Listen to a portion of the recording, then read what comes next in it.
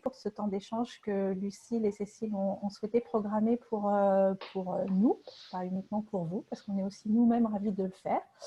Donc voilà, l'idée de cette conférence, ou plutôt de ce temps d'échange, puisque l'idée c'est qu'on puisse partager ce temps autour davantage d'une discussion, alors entre nous trois, mais aussi avec vous tous, puisque les règles du jeu vont être les suivantes. Nous, on va lancer des discussions autour de ce thème qui a été choisi aujourd'hui, qui est la relation entre l'homme et le cheval. Et bien évidemment, on souhaite ce temps d'échange interactif, puisque vous pourrez dans le chat vous poser toutes les questions auxquelles nous répondrons toutes les trois dans notre champ de compétences respectifs. Alors, je vais tout d'abord présenter les intervenantes. Il y a tout d'abord Cécile, qui est comportementaliste équin, éthologue de formation scientifique, qui va pouvoir effectivement nous amener son apport et ses connaissances autour de l'aspect scientifique de ce qu'est le comportement animal. Nous avons ensuite Lucille, que certains d'entre vous connaissent parce que vous suivez sa page. Lucille est énergéticienne du vivant et elle est aussi communicante animalière. Donc voilà, vous avez l'occasion de la retrouver régulièrement. Et moi-même, donc Frédéric, moi je suis spécialiste en communication professionnelle et aussi et surtout, c'est un domaine qui me passionne, la communication interpersonnelle, donc savoir comment se passent les échanges entre les êtres vivants.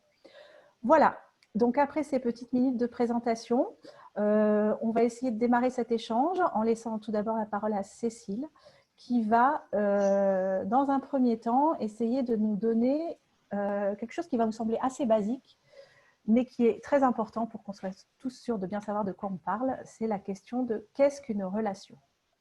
Cécile, c'est à toi. Oui, bonjour tout le monde. Merci d'être aussi nombreux pour cet échange. Donc oui, je vais repartir tout simplement sur la définition. Le thème, c'est la relation homme-cheval. Il me semblait juste assez important de redéfinir, pour qu'on soit tous d'accord, comme le disait Frédéric, ce qu'est la relation. Donc ça, c'est une définition qui vient de l'éthologie scientifique équine.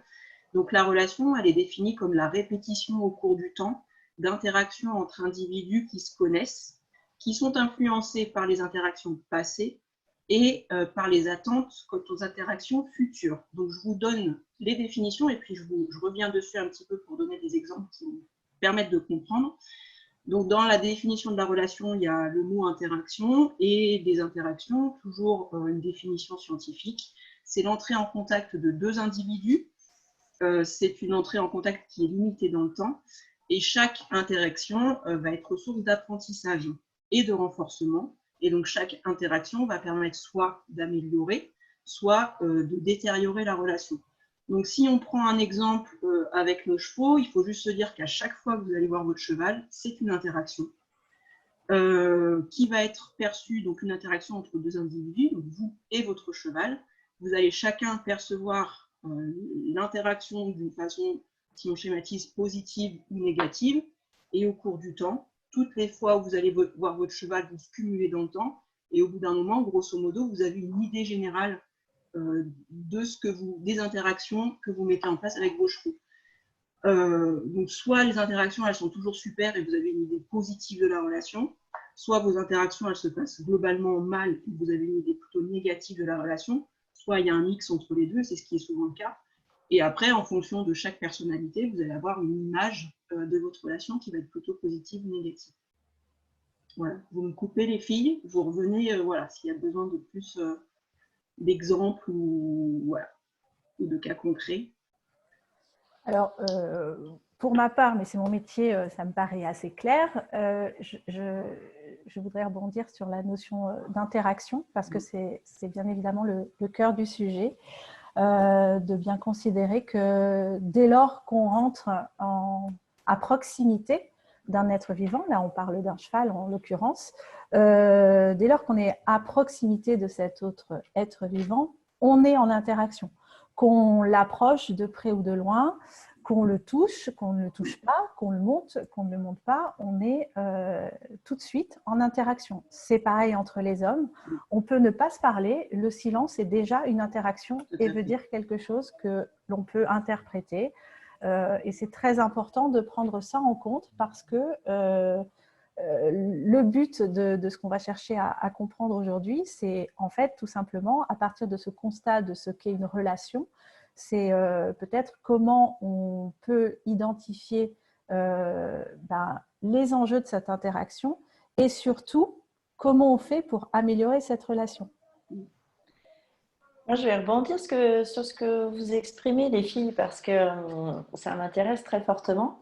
Il y a plusieurs notions, mais je reviendrai particulièrement sur ce que vous avez exprimé à la fin, cette notion d'interaction qui commence avant d'être montée, qui commence dès qu'on s'approche en fait de quelqu'un. Et je dirais même que j'irai plus loin que ça, bien sûr, dans ma grille de lecture, puisque l'interaction, elle existe dès qu'on voit quelqu'un, mais dès qu'on pense à cette personne, dès qu'on est en relation d'une manière ou d'une autre, elle peut être par la pensée.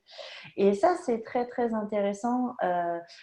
Oui, tout à fait. Alors, je vois en même temps la présence, l'énergie et l'interaction, en fait. Non. Et bien, tout à fait. C'est-à-dire que rien que votre énergie, rien que quand vous arrivez avec votre énergie, vous mettez déjà, il y a déjà quelque chose qui est en jeu dans la relation à l'autre. Et surtout avec des chevaux qui sont hyper, hyper sensibles. Donc, c'est vrai que ça, pour moi, c'est ce qui va... voilà, c'est sur ce point-là que je vais, je pense, beaucoup intervenir. Ce qui est en dehors du verbal, en dehors du contact déjà, du toucher, et encore plus de l'interaction dans l'apprentissage, dans le fait de monter, tout ça. Mais simplement par le fait d'exister, eh bien, on est en interaction avec le monde qui nous entoure et bien plus largement que le cheval qu'on va toucher, mais rien que quand on pense à lui, quand on a créé du lien, en fait, ce lien existe même quand on est à distance. Alors, c'est pour le ramener aux interactions humaines, puisque c'est mon domaine, c'est arrivé à chacun d'entre nous d'avoir cette pensée pour quelqu'un de notre entourage ou un ami ou quelqu'un de notre famille qui n'est pas forcément à côté de nous. Et rien que d'avoir cette pensée dans les quelques minutes qui suivent, comme par magie ou comme par hasard, il y a une interaction plus physique ou plus visible ou plus palpable, on va dire, parce qu'on va recevoir un coup de fil ou parce que voilà, là, cette personne va se présenter. Et c'est des cas très, très fréquents dans notre quotidien. Alors, on n'y porte pas souvent attention, mais dès qu'on ouvre cette grille de lecture-là, on se rend compte que c'est très, très fréquent. Et oui, effectivement, l'énergétique rentre en ligne de compte dans la relation et c'est très, très important d'en tenir compte. Je rebondis sur toi peut-être, Cécile, là, parce que au niveau scientifique, c'est quelque chose par contre qui n'est pas, je pense qu'il y a quelqu'un qui intervient là-dessus, qui n'est pas validé Non, scientifiquement. Non, scientifiquement, c'est absolument pas validé. Alors moi, je suis toujours très prudente, j'ai envie de dire pour l'instant. Donc la science, elle va s'arrêter vraiment du coup à partir du moment où il y a présence physique, pour le coup. Après, moi, ce que je semble intéressant du coup dans cette idée, c'est qu'avec cette notion de relation, il ne faut pas oublier qu'on a aussi tous une idée différente de la relation qu'on va avoir avec notre cheval. Et moi, je trouve ça toujours intéressant qu'on se pose chacun la question de qu'est-ce que je souhaite en fait? Qu'est-ce que j'attends de ma relation avec le cheval? Pourquoi j'ai un cheval? Qu'est-ce que ça vient combler? Donc là, je sors encore un petit peu du domaine scientifique, mais je trouve que c'est juste une relation. Et moi, c'est une question qu'on m'a posée pendant mes études. C'est la première qu'on m'a posée quand je suis rentrée dans ma formation en éthologie équine. C'est pourquoi vous montez à cheval ou pourquoi vous avez des chevaux? Et je trouve que c'est vraiment une question intéressante parce que après, on va tous avoir des pistes différentes et on a tous des avis différents sur cette question. Et il n'y a pas une bonne définition, enfin voilà, une bonne image ou une mauvaise de ce qu'on attend avec les chevaux, mais c'est important d'avoir vraiment conscience de, voilà, pourquoi j'ai un cheval. Du coup, peut-être, parce que le thème aujourd'hui n'est bien évidemment pas la communication animale, mais c'était important de parler à partir de quand rentre en jeu la notion d'interaction. Donc, on va revenir effectivement dès maintenant sur qu'est-ce qui se passe dès lors qu'on est en interaction, peu importe, à vrai dire, quelle est cette interaction. Moi, je reviens encore sur ce que tu viens d'exprimer là, Cécile, parce que pourquoi on est en interaction, c'est primordial dans la manière dont on va aborder l'autre. On l'a aussi, Fred, tu vas me rejoindre en communication interpersonnelle, c'est quelle est notre première intention. Et cette intention-là, elle va définir ou elle va prédéfinir notre manière d'agir. Euh, et alors, je suis désolée, je vais revenir sur des choses qui, voilà, elle va prédéfinir inconsciemment notre manière d'être, notre manière de faire, notre manière d'aborder l'autre dans la communication, dans l'interaction. Elle va définir aussi différents objectifs ou pas d'objectifs d'ailleurs, en fonction du pourquoi on vient à ça. Et en préparation mentale, on parle de nos intentions. Quelles sont nos intentions? De poser clairement nos besoins, nos attentes, nos intentions, et du coup de mettre en place des schémas, comment dire, des étapes, voilà, vers l'autre. Mais on le retrouve aussi en communication interpersonnelle. Si je suis en colère envers quelqu'un, mon interaction, elle ne va pas être la même que si je suis dans un cadre serein. Oui, et ça, il y a des balbutiements quand même de toutes ces notions-là, des balbutiements. Il y a des études scientifiques qui sont en train d'être menées. Je suis en train de voir les commentaires là, et notamment avec les recherches de Léa Lansat. Je ne sais pas si tu as vu, Lucie, je t'en ai fait passer une hier qui est en train de… Alors, j'ai pas eu le temps de la regarder, mais sur la vidéo, c'est ça que les chevaux Oui, c'est regardent la ça. Ils sont vidéo. en train Vidéo, d'étudier et il y a des photos aussi. des photos et il a été prouvé par exemple que les chevaux sont capables de déterminer, de reconnaître les différentes émotions humaines. C'est-à-dire que vous présentez une photo d'un homme qui sourit et une photo d'un homme qui fait la tête, il va y avoir des différences au niveau des réactions des chevaux. Voilà, donc Génial. on est quand même sur des… La science, enfin, c'est ce que je disais hier, j'ai partagé justement cette étude de Léa Lansat qui est en train d'essayer de vulgariser via une page Facebook, et je vous invite vraiment à aller la consulter parce que ça mérite d'être intéressant. C'est très intéressant. Et je trouve que la science est en train aussi de rejoindre peu à peu toutes ces choses-là. Et ça, en fait, moi, avec mon point de vue du coup de comportementaliste scientifique et de ce que je vis tous les jours avec les chevaux, c'est pas parce que la science n'a pas prouvé quelque chose que ça n'existe pas. Et voilà. Ça ne veut pas dire que on peut ressentir des choses, on peut observer des choses. Il n'y a pas forcément d'études qui le prouvent. N'oubliez pas que les études scientifiques, à la base, elles sont menées parce qu'il y a quelqu'un qui a forcément un ressenti, qui a observé quelque chose et qui veut essayer d'aller mettre une étude en face pour essayer de montrer si oui ou non c'est statistiquement valable. D'où, pour moi, c'est le lien avec le travail qu'on fait toutes les deux, Lucille. C'est que il y a un pont quelque part. Pour rebondir sur ce que tu viens de dire, il est évident qu'une découverte scientifique ne peut arriver que d'un postulat qui n'existe pas. Il est évident qu'avant qu'on sache que la Terre était ronde, on pensait qu'elle était plate. Donc voilà, c'est de toujours pouvoir se laisser le champ ouvert sur des possibilités encore inconnues. Et c'est cette ouverture d'esprit que les scientifiques doivent certainement pouvoir garder toujours en tête pour pouvoir mener leurs recherches. Sinon c'est assez sclérosant et il n'y aurait pas de recherche tout simplement. Enfin, je pense. Et moi, j'ai un maître mot, c'est expérimentons. Voilà, la rencontre avec Cécile, ça a été une expérimentation que nous avons faite et qui a donné des résultats. Voilà, et c'est ce qui a fait que il y a des questionnements, il y a des interrogations, il y a des compréhensions. Voilà. Personnellement, je viens d'un milieu scientifique, donc ma démarche vers la communication animale n'a pas été quelque chose d'évident.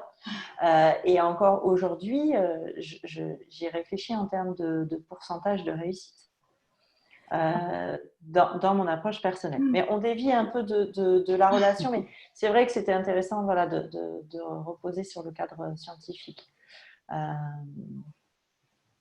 Voilà. Est-ce que… Alors, il y a plein de choses. Ouais, il y a plein de J'arrive choses. pas à Non, mais, lire le en fait, chat il y a en plein de même choses, temps. mais il y a quand même beaucoup de questions qui tournent autour de la communication animale. Alors vraiment, je sais que c'est un sujet qui vous intéresse, mais ce n'est pas totalement le thème non plus qu'on voulait donner à cet échange. Donc voilà, ça pourra faire éventuellement l'objet d'une autre conférence ou éventuellement, si vraiment on sent que les demandes sont importantes, on y reviendra. Alors, on s'est dit, effectivement, dès lors qu'on rentre en interaction, c'est la question de notre intention. Alors, elles peuvent être simplement, alors, suivant les… suivant les intentions de la personne qui va venir en contact avec un cheval, ça peut être pour faire du sport, pour faire du loisir, pour découvrir la nature, découvrir un animal, pas forcément le monter, mais ça lui appartient en tout cas, cette intention. Ça part du constat que l'homme, lui, a l'intention d'entrer en contact avec l'animal. Est-ce que, Cécile, par exemple, tu pourrais rebondir là-dessus? Il y a des études qui ont été menées sur différentes attitudes humaines vis-à-vis de l'abord, de l'approche d'un cheval ou de la présence. Et les études ont tendance à montrer qu'une attitude qu'un humain qui s'intéresse, qui montre de l'intérêt vraiment, et qui s'attache à observer l'animal et à s'y intéresser, va provoquer des réactions différentes qu'un humain qui est soit complètement détourné du cheval, qui a de l'intérêt pour lui, mais ne le regarde pas, qui lui tourne le dos, etc. etc. Donc les chevaux ont cette sensibilité, on le sait de toute façon, notamment encore une fois à travers la lecture des émotions humaines, il y a des photos, mais oui, il y a effectivement notre approche, notre attitude par rapport à cheval est lue par l'animal et décodée par lui aussi. Ce qui confirmerait que de travailler sur notre état de conscience, sur notre état émotionnel, influe sur notre relation avec l'animal.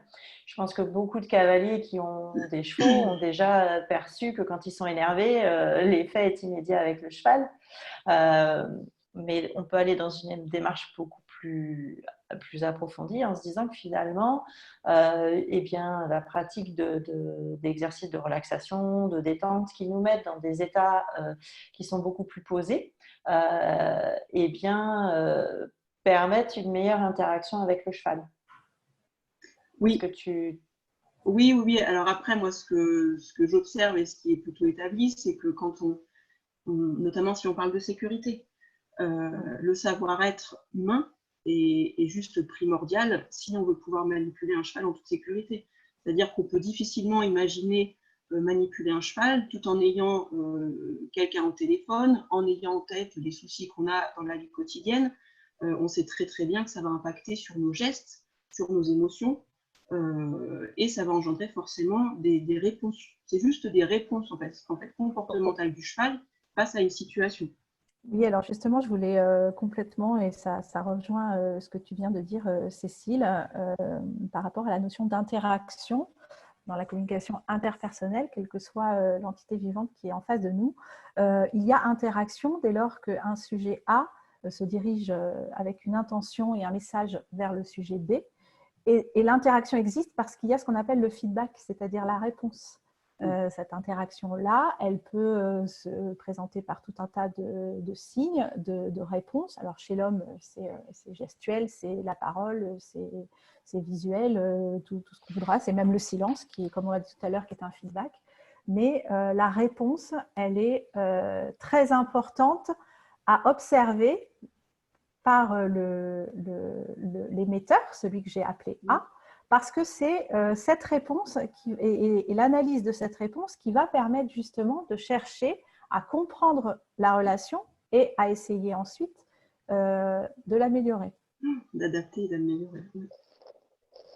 Oui, ça veut dire encore une fois qu'un humain qui est en présence d'un cheval devrait avoir cette capacité à se mettre en pleine présence, en pleine qualité de présence et d'être à 100% avec l'animal. Et c'est très compliqué, mais c'est juste indispensable pour la sécurité, pour la bonne communication, pour le bon retour des réponses comportementales de chacun et pour la bonne évolution de la relation.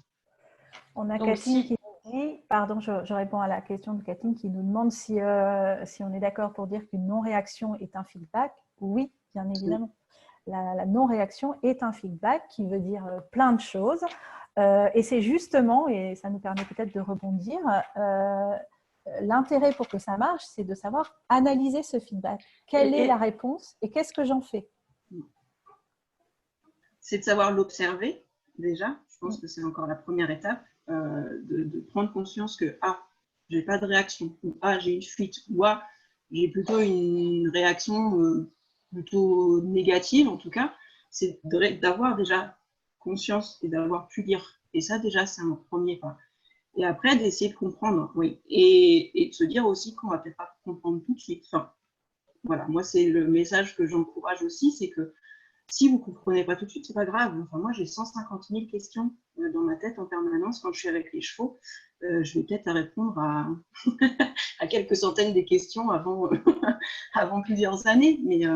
Mais d'expérimenter, comme disait Lucie aussi. C'est ça aussi qui va nous permettre d'adapter petit à petit, de comprendre un peu mieux, de décortiquer, en fait, de démêler cette pelote pour essayer de trouver ce fil conducteur.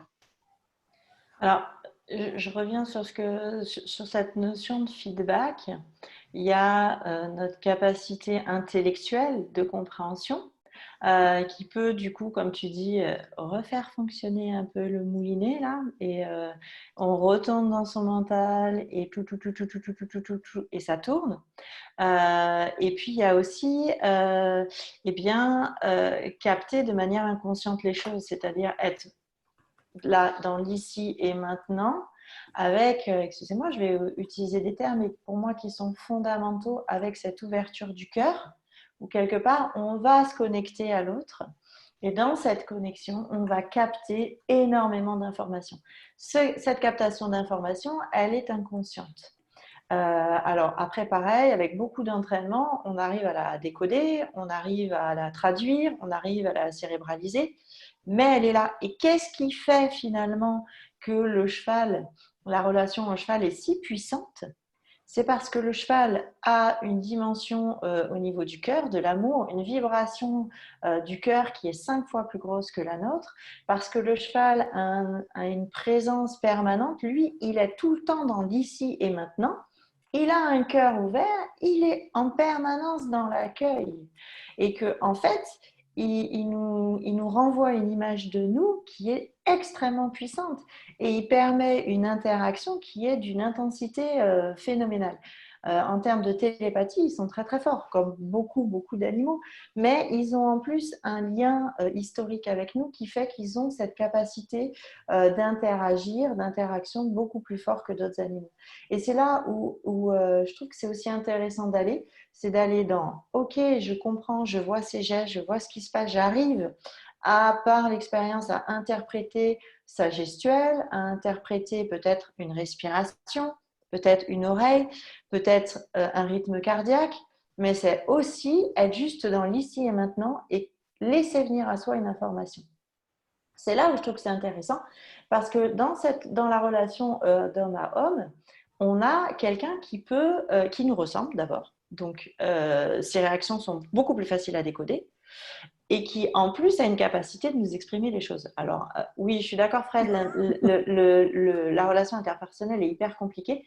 Et d'ailleurs, un sujet, si on a le temps d'en parler, sur la CNV est très intéressant parce que pour moi, l'idée de la communication non violente dans l'interpersonnel est aussi présente dans la relation avec le cheval. C'est cette capacité, et on est en train d'en parler, d'avoir un feedback, d'être capable de s'exprimer correctement, d'être capable de comprendre ses propres besoins. C'est ce qu'on est en train de dire en fait, comprendre ses propres besoins. Quel est mon besoin? Comment je l'exprime? Comment il est reçu? C'est déjà une première base, mais c'est aussi, eh bien, l'autre qui est ici le cheval, quand il s'exprime, quel est son besoin derrière? Parce que très souvent, on a des gens qui disent « Ouais, ben, il ne m'aime pas » ou « Oui, il réagit parce que ci, parce que là. » Ok, attention. Là, on est dans une lecture qui est, je dirais, primaire, excusez-moi du terme, mais c'est une première lecture qui nous appartient. Il ne m'aime pas, on est déjà dans le jugement, on est déjà dans comment on appelle ça, dans la traduction de quelque chose qui, pour moi, on est à côté de la plaque. Si le cheval réagit avec de l'agressivité ou quand il vient au parc, il s'échappe, c'est qu'il est en train d'exprimer quelque chose. Et que peut-être qu'il y a un besoin qui n'est pas rejoint dans sa relation avec l'humain. Et plutôt que de trouver la méthode, comme j'entends souvent sur Facebook, c'est quelle méthode je pourrais mettre en place pour mieux attraper mon cheval. J'ai lu tout à l'heure une personne qui disait « Mon cheval lève de plus en plus la tête quand je lui mets le licol. » pouvez-vous me donner une technique, un moyen pour lui faire baisser la tête? Mais pour moi, en fait, si on est dans une relation bienveillante, la question qui va se poser, c'est pas comment je vais pour lui faire baisser la tête. C'est OK, le fait qu'il monte la tête exprime qu'il y a un désaccord de sa part par rapport au licol. Pourquoi il y a ce désaccord-là? Aller comprendre ce qui a engendré ce désaccord-là et mettre en place une relation qui va permettre de rejoindre le cheval et de permettre de le conforter dans ses besoins et dans un bien-être dans la relation. Alors, typiquement, par rapport à la communication interpersonnelle, la façon dont on l'appréhende, ce que tu viens de dire, c'est la clé de voûte de la réussite de la relation. Parce que si on veut que ça fonctionne, il faut sortir de soi, c'est-à-dire il faut sortir de soi-même, il faut aller vers l'autre, mais aller vers l'autre en le comprenant, en sachant observer comment il est, qui il est, comment il réagit, pourquoi il réagit comme ça, et ne pas interpréter, le mot interpréter, il est très important, par rapport à nos propres prismes à nous. Et ça, c'est extrêmement important. Je reviens sur quelqu'un qui a exprimé. Alors, je ne dis pas vos noms parce que peut-être que ce visio sera en ligne et je veux pas, voilà, s'il y a des personnes qui préfèrent rester anonymes, je ne vous citerai pas vos noms. Mais la CNV, sans avoir travaillé sur du corporel, se connecter à ses sensations n'est pas de la CNV et reste mentale. Alors, j'irai pas dire définir ce qu'est la CNV ou pas et si elle doit passer par le corps ou pas. En tout cas, pour ma part, le corporel est la base, c'est le fondement de toute chose, puisque clairement, nos émotions sont exprimées dans notre corps. Si nous n'avons pas cette capacité ou si nous n'avons pas cette écoute de notre corps, que notre société ne nous apprend pas d'ailleurs, nous sommes déconnectés de nous-mêmes. Et réapprendre ou apprendre à se connecter à son corps permet en effet d'aller écouter ses émotions, d'être en permanence dans notre ressenti, dans notre compréhension, dans notre carte du monde, dans la lecture de l'autre. Et les chevaux, les animaux en général, nous invitent fortement à ça. Ça rejoint, alors je vais digresser encore, mais la notion de corporel est hyper importante quand on monte à cheval. Parce qu'en fait, on se rend compte que quand on sort de son cérébral, il faudrait que je fasse ci, il faudrait que je fasse ça, et machin, et ci, et là, et mi. On est ici, on accompagne des gens dans l'approche du cheval, donc on est 3 personnes qui connaissons bien ce fonctionnement-là. Et bien, quand on revient juste dans son centre, quand on se recentre, quand on revient à l'intérieur de son corps, et quand on écoute au travers de son corps ce qu'on perçoit, et bien là, on devient juste. Et ça, c'est encore une fois un truc fondamental. Entre autres, avec, même à pied, hein, avec son cheval, quoi. Et c'est là où on va aussi capter beaucoup d'informations du cheval qu'il nous donne. Comment je me sens là avec lui? Est-ce que je me sens en sécurité ou pas? Voilà.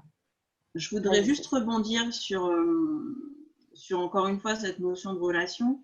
Le thème, c'est relation homme-cheval, et le gros souci de la relation homme-cheval, c'est que c'est une relation interspécifique. Et qu'effectivement, quand on rentre en relation, il faut connaître ses besoins à soi, etc. Mais il faut aussi, comme vous le disiez, connaître les besoins de l'autre. Et là, les besoins de l'autre, c'est les besoins du cheval.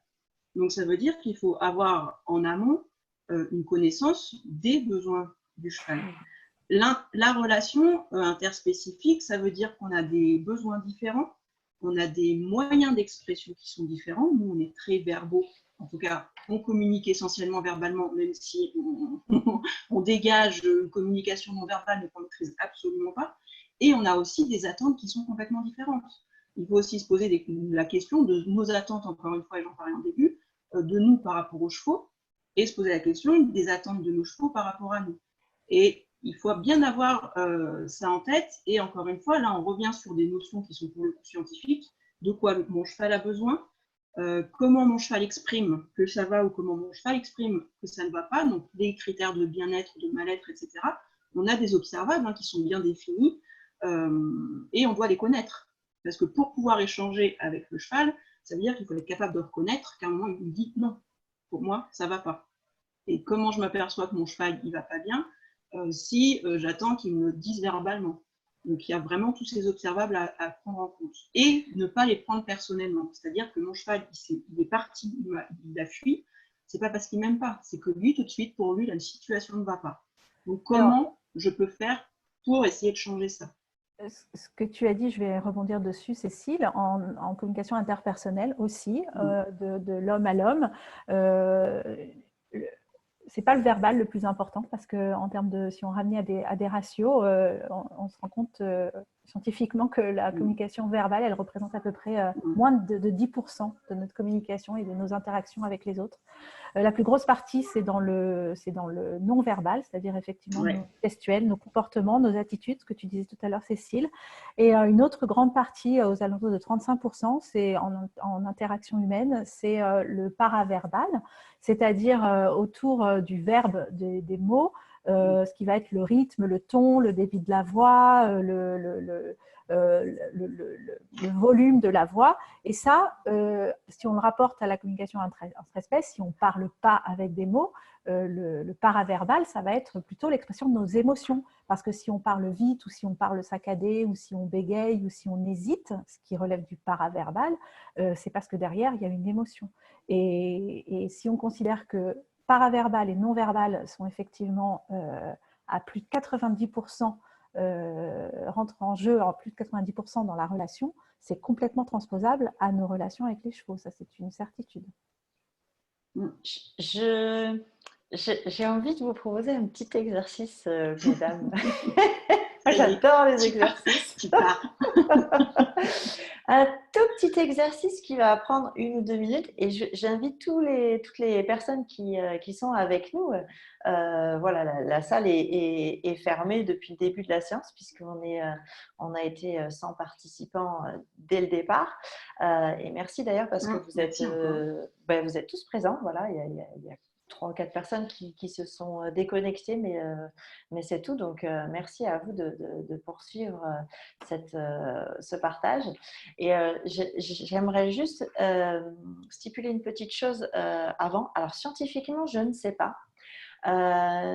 Mais dans l'expérience que j'ai au travers des chevaux, parce que pour ceux qui ne me connaissent pas, j'ai été cavalière professionnelle, je suis dans le milieu quand même depuis assez longtemps, j'ai des chevaux à la maison, j'ai fait un peu d'élevage, voilà, donc j'ai été aussi enseignante, donc j'ai quand même vu, expérimenté pas mal de choses avec les chevaux.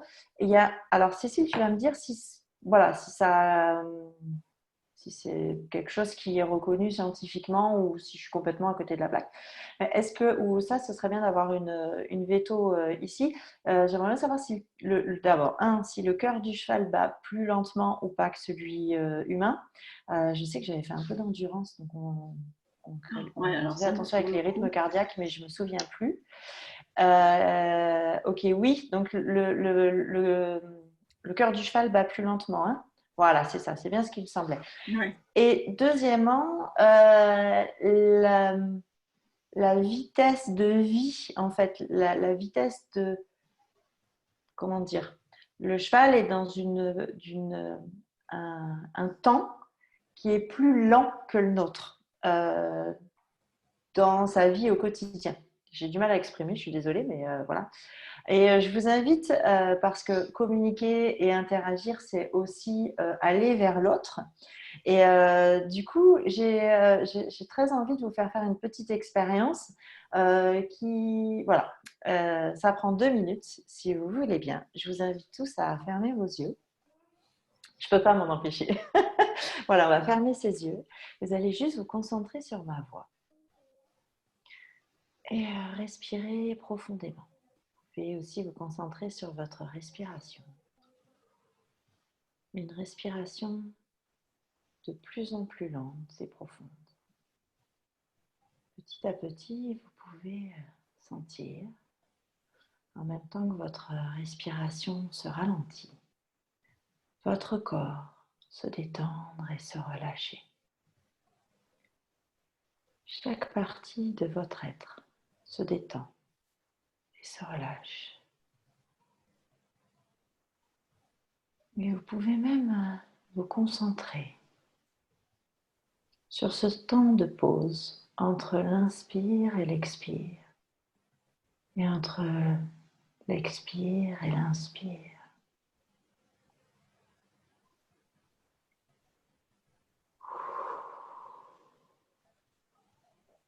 Vous vous laissez simplement emporter par cette respiration.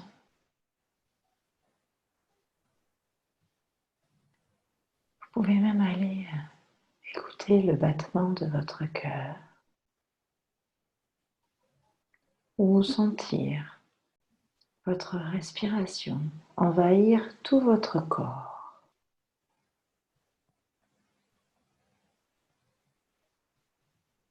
Pendant que votre corps se détend de plus en plus et de plus en plus profondément.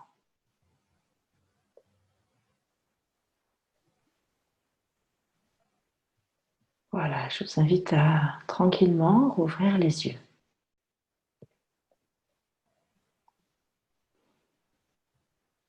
Et juste observer ce qui se passe en vous, comment ça se passe autour de vous. Observez le temps juste à cet instant-là qui défile.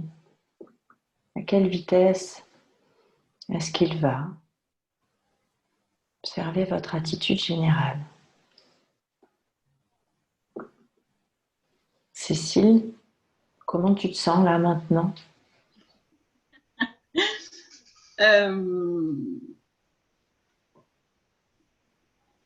J'ai du mal à décrire, je le sais. D'accord. C'est toujours un temps de pause qui est pour moi essentiel, hein, que je fais régulièrement et plusieurs fois par jour parce que je ne suis pas du tout de nature posée. Donc ces petits exercices comme celui-là, je le fais plusieurs fois par jour. Je le fais à chaque fois que je vais voir mes chevaux. Donc ça dure 2 secondes, des fois ça dure 5 minutes. Et j'ai observé des différences. Donc pour le coup, c'est absolument pas une approche scientifique, mais encore une fois, c'est juste essentiel. Et la science dit qu'il faut être pleinement conscient de tous ces faits et gestes avec les chevaux si on veut être en sécurité. Et c'est quoi d'être conscient de ces faits et gestes? C'est d'être connecté à soi et dans l'instant présent. Donc, ce qu'on vient de faire là, alors là, en condition de visioconférence, etc., je vais t'avouer que j'ai eu un petit peu de mal à me mettre dedans. mais l'apport est phénoménal. Et des fois, on se donne des objectifs pas possibles avec nos chevaux. Et d'aller les voir pendant 5 minutes et de faire ces petits moments-là, rien que pour soi, hein, on se rend compte à observer des choses qu'on n'avait jamais vues. Ouais. Et moi, j'ai vu des réponses des chevaux juste extraordinaires. Et en fait, on baisse son rythme cardiaque. On ralentit, si vous pouvez remarquer, j'ai ralenti en fait ma voix, mon débit. Et en faisant ça, en fait, on va vers le cheval, qui lui, naturellement, est beaucoup plus dans cet état-là. Et donc, on va vers l'autre et on change notre relation, puisque à un moment donné, c'est le cheval, c'est plus le cheval qui fait tout le travail de venir vers nous, mais c'est nous qui faisons aussi le choix d'aller vers lui. Alors, Lucille, c'est toujours... ça paraît essentiel, ce que tu viens de dire, et pourtant, on le fait tellement rarement. Mais dans la communication interpersonnelle, je vais donner un exemple qu'on va tous s'attarder ou s'attacher à mettre en œuvre pour que ça marche. C'est dès lors qu'on va à l'étranger, dans un pays qui n'est pas le nôtre, ou plutôt qu'on reçoit un étranger qui ne parle pas bien notre langue. Et pour que ça marche, il va falloir s'adapter tout simplement à l'autre en essayant de parler notre langue de façon moins fluide, ou lui, si on ne parle pas bien l'anglais, par exemple, la personne en face ne va pas forcément nous parler sa langue telle qu'il la parlerait avec ses compatriotes, mais il va s'adapter en ralentissant son rythme, la fluidité, ses mots, tout simplement pour que la relation puisse effectivement se faire et avoir lieu. Ça, c'est vraiment indispensable, et ça se fait dans le quotidien entre les hommes, enfin pour que ça marche, on essaye de le faire. Et je crois que pour les chevaux, c'est aussi important de pouvoir se mettre dans le rythme du cheval. Mais pour ça, encore une fois, il faut le comprendre et il faut le connaître. Alors, sur le chat, beaucoup de gens parlent Ça défile, hein. de la cohérence cardiaque. C'est une très bonne base, je dirais que c'est un très bon prémisse à la méditation. Voilà. Alors après, j'ai pas le temps de tout lire, tout ce que vous écrivez, Non, parce que mais ça en fait, défile très très vite. ça Mais défile et c'est surtout très disparate dans les thématiques, donc ouais. c'est très En, difficile en- après d'avoir en- En une tout cas, logique. voilà, ce qui est intéressant, ceux qui ne connaissent pas, vous pouvez, enfin, je vous invite à aller voir ce qu'est la cohérence cardiaque. Il y a plein de tutos, plein de posts là-dessus sur YouTube. Il y a plein de propositions de cohérence cardiaque. Voilà, à mon sens, c'est un prémisse à un travail, euh, de, de- un travail en conscience. Voilà, donc très bonne, Ouais, voilà, de je fais très bonnes juste informations là-dessus. une parenthèse par rapport au chat, parce que moi j'ai vu des questions aussi défiler sur des gens qui posent des questions justement des réactions de leurs chevaux et comment ils pourraient faire. Juste pour dire que malheureusement, on ne va pas pouvoir traiter toutes ces questions-là.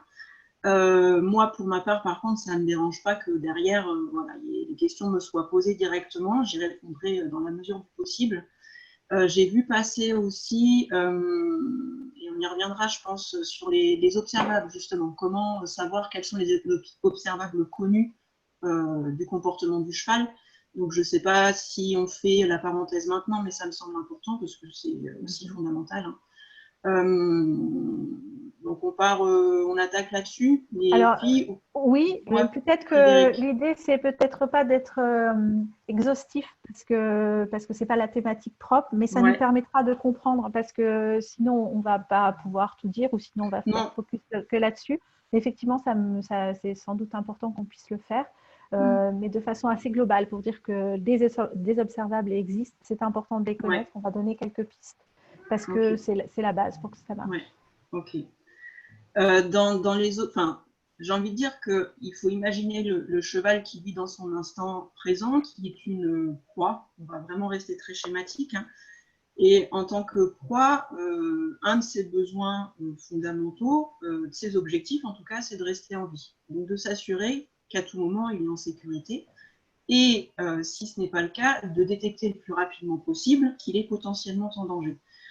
Après, comme la plupart des êtres vivants, en tout cas, face à un danger, il a trois possibilités. Il a la possibilité de fuir, ce que le cheval fait en priorité, hein, globalement. Il a la possibilité de se battre, ce qu'il fait généralement quand il ne peut pas fuir.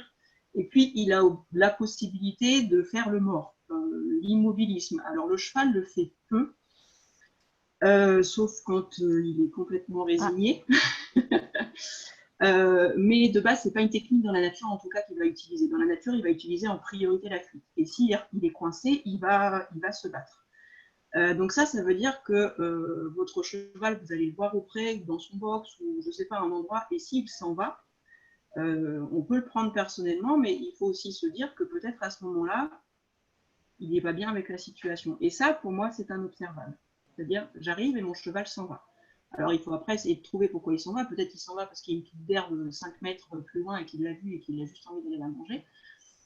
Et après, on va avoir des observables qui sont essentiellement ceux qui vont nous servir, qui sont posturaux. Donc, tous les observables, la position des oreilles, la position de la queue, les mimiques faciales, etc., etc. La locomotion, est-ce qu'elle est saccadée, est-ce qu'elle est plutôt détendue. On a des observables aussi qui sont plutôt physiologiques, donc on pourrait aller sentir le rythme cardiaque, donc c'est pas facile, hein, parce qu'au quotidien, on se promène rarement avec le stéthoscope. Maintenant, un cheval qui a peur, moi j'en ai un, là, j'en ai un sous la main qui s'est fait peur avec des sacs plastiques. Dès qu'il voit un sac plastique, je suis à 2 mètres et je vois déjà le cœur battre au niveau du passage de sang. Donc on a tous ces observables-là. Il y en a encore énormément, mais comme dit Frédéric, on ne va pas tous les passer les uns après les autres.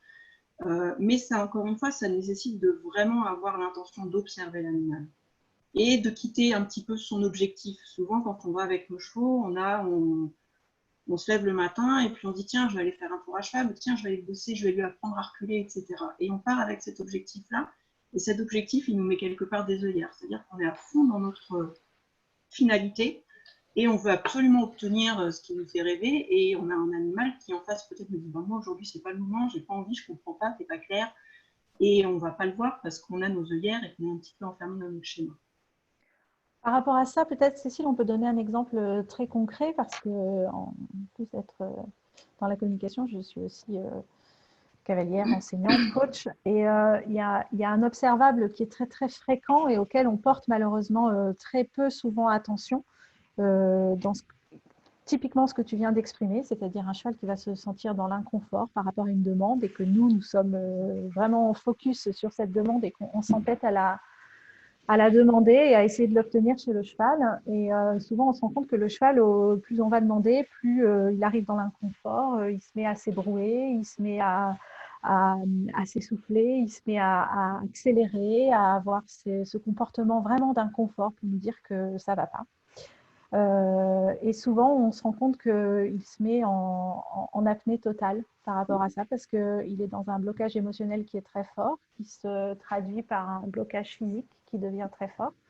Et pour observer ça, c'est un exercice que je fais vraiment très souvent avec mes élèves.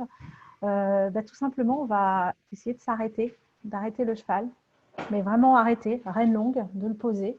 Et on va observer qu'il va respirer très très fort pendant longtemps comme ça. On est dessus et on sent ce mouvement du cheval qui tressaute.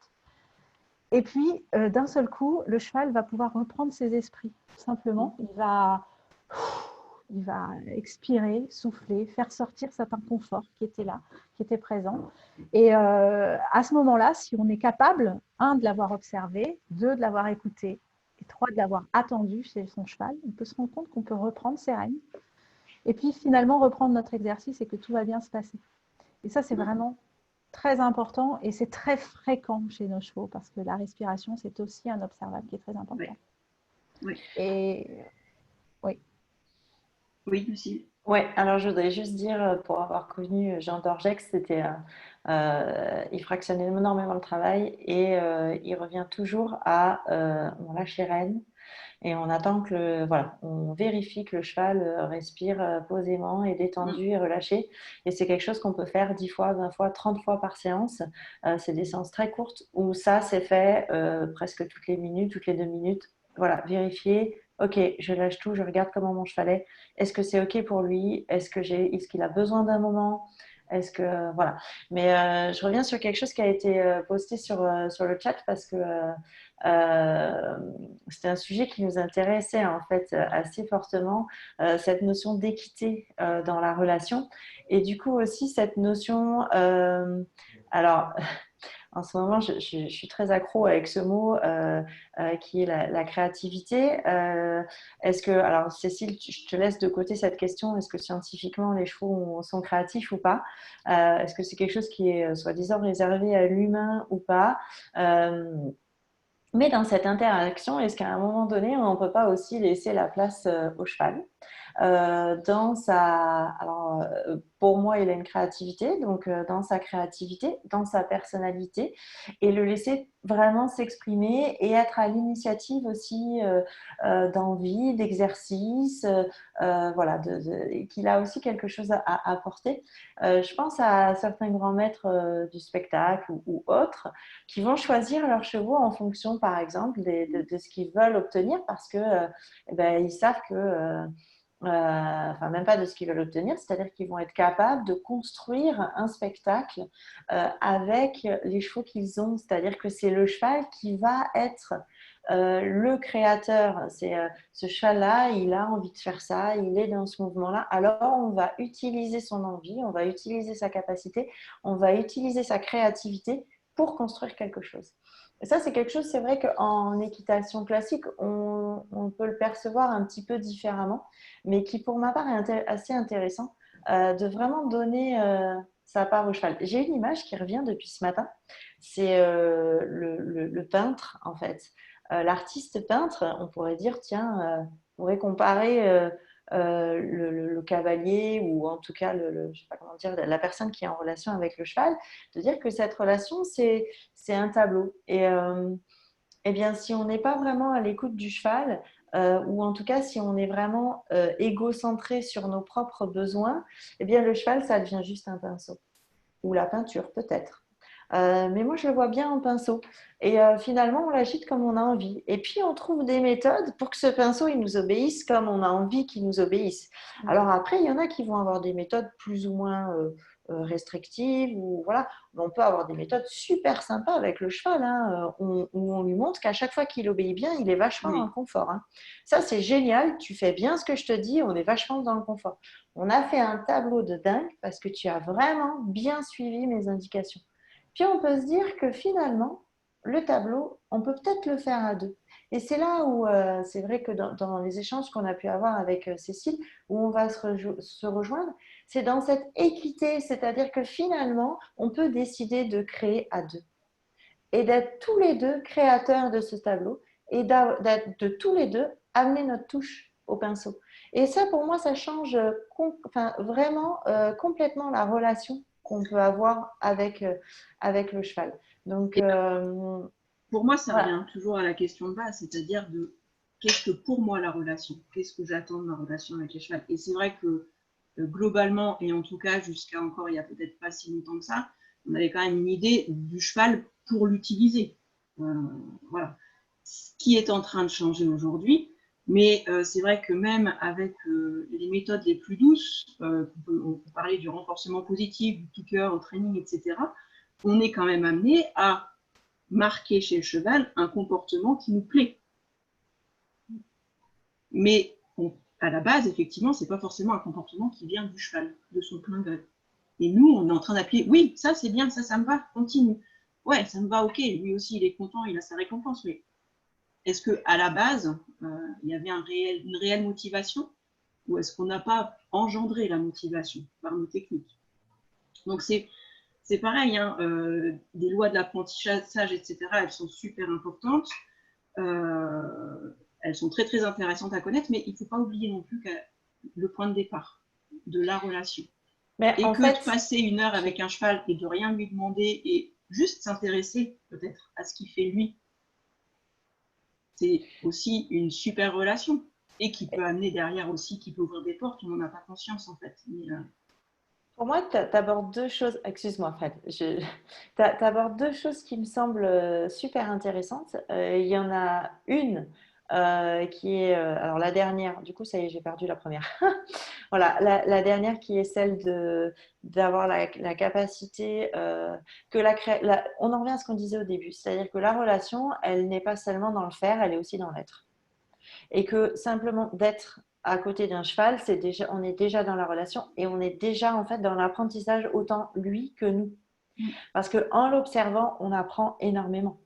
Et ça, alors peut-être une ancienne génération, peut-être qu'aujourd'hui les cavaliers sont, je ne me rends pas compte, mais en tout cas, moi j'ai appris en regardant, en observant, en passant des heures et des heures et des heures à regarder des cavaliers, mais aussi à regarder des chevaux, à les regarder marcher, à les regarder bouger. Et ça, c'était ce qu'on appelait l'homme de cheval. Enfin, moi, je l'ai appris comme ça. Hein, il devait apprendre à observer. Et ce que tu exprimes là, ça me semble fondamental. Oui, vas-y, parce que du coup, j'ai oublié la première qui était plus importante à mon sens, mais c'est pas grave. je rebondis juste par rapport à un commentaire qui me fait penser que peut-être la définition n'a pas été très très bien comprise. Oui, mais une relation ne s'exprime-t-elle pas entre autres par rapport aux attentes futures? Alors, quand j'ai donné la définition de la relation, et je la redis, répétition au cours du temps d'interactions entre individus qui se connaissent, influencés par les interactions passées et les attentes quant aux interactions futures. En fait, vous imaginez que tous les jours, vous allez voir votre cheval depuis un an et tous les jours, il se passe à peu près la même chose et tous les jours, pour le cheval, c'est pas des bonnes séances. Lui, dans sa tête, il s'attend du coup à ce que la séance d'après soit pas bonne parce que globalement, tout ce qui s'est passé jusqu'à maintenant, c'est pas des attentes au sens tiens, bah demain, j'ai envie de faire ça. C'est juste des attentes par rapport au ressenti de ce qui s'est passé avant. Et du coup, on projette ce qui va se passer. On imagine ce qui va se passer après. Je ne sais pas si c'est plus clair. Et je ne sais pas si ça correspond, du coup, si ça répond à cette interrogation. Oui, ça a l'air de répondre. On nous dit merci pour cette précision. Ok. Je voulais aussi revenir, je voulais rebondir tout à l'heure pour revenir sur ton exemple du peintre, Lucille, pour qu'une communication interpersonnelle, donc on y est bien, hein, entre un cheval et un homme, fonctionne.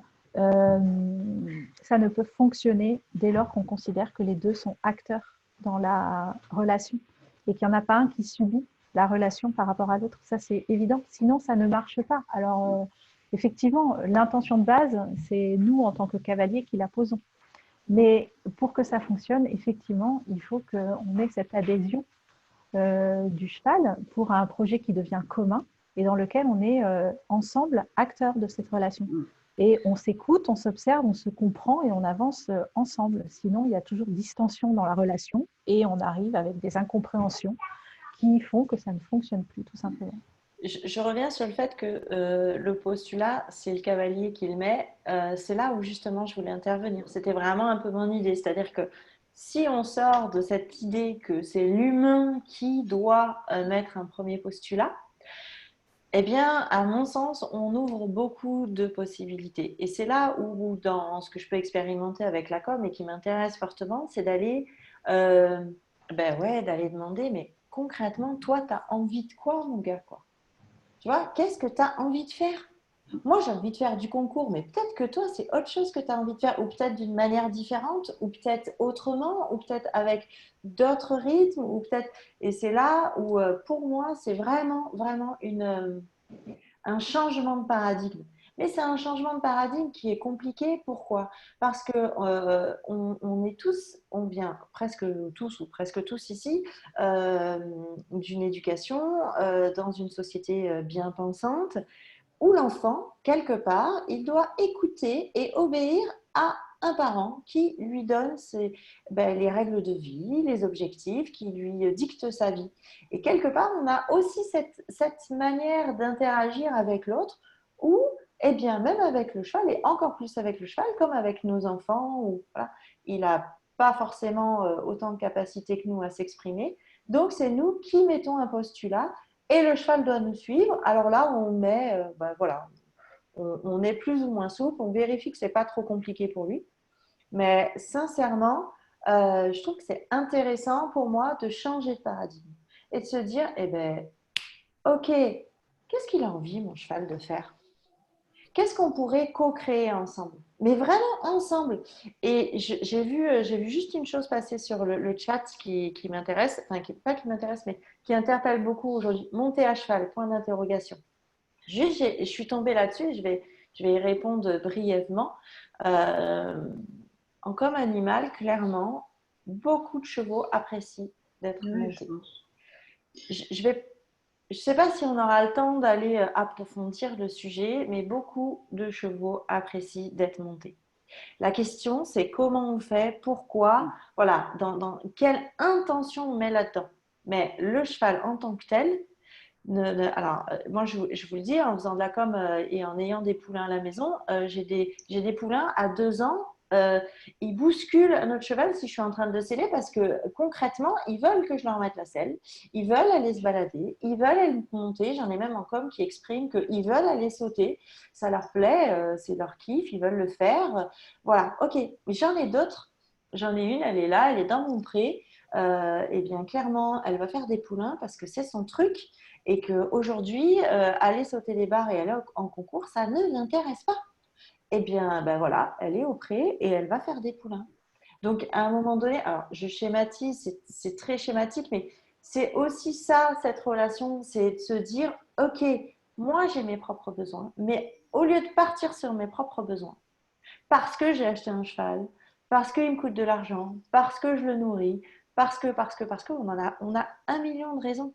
Mais finalement, est-ce que c'est pas parce que aussi on a été éduqué comme ça, où on devait écouter ses parents, où on devait voilà, rentrer dans des cadres, aller à l'école, faire bien ses devoirs, avoir un travail correct. Le cheval, il doit faire pareil, il doit travailler correctement, il doit faire ce qu'on lui demande parce que ben, nous, on se positionne un peu comme le parent et que du coup, il doit être à l'écoute de ce qu'on considère bien pour lui et pour la société et pour tout le monde, ou est-ce qu'à un moment donné, on peut changer de paradigme. Voilà, moi, c'est vraiment ce qui m'inspire. Et la com, elle est vibrante dans, dans, dans cet échange-là, dans cette relation-là, parce qu'elle permet d'aller voir des choses avec l'animal que scientifiquement, bon, c'est pas prouvé, soit, que peut-être que visuellement, on a des observables, mais qu'on ne sait pas tout à fait, on ne sait pas les traduire en termes de besoins.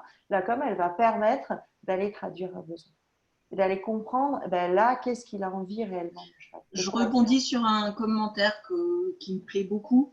Il est en train de s'échapper là parce que ça défile. Si on a un cheval qui ne veut pas pratiquer ce que l'on souhaitait au départ, c'est une invitation à faire autrement avec lui et dans la vie. Et oui, c'est ça en fait. C'est effectivement toujours décevant, blessant quand on avait prévu d'aller faire un tour en balade aujourd'hui parce qu'il fait beau, parce que ceci, parce que cela, et puis d'arriver au pré, et puis d'avoir un cheval qui s'en va, qui ne veut pas nous voir arriver avec l'école, qui ne veut pas. C'est parce qu'on avait, nous, notre objectif, on s'était déjà imaginé la balade magnifique, etc. Et que le cheval nous ramène à la relation. C'est-à-dire, ben ouais, moi là tout de suite, non. Alors ça ne veut pas dire que moi jamais, déjà. Ça veut dire que moi là tout de suite, non. Ou autrement. Voilà, donc toujours se poser la question de comment je peux arriver, qu'est-ce que j'ai envoyé comme message au cheval, et peut-être que je repars et peut-être que dans 10 minutes, et ben, je reviens et tout va bien.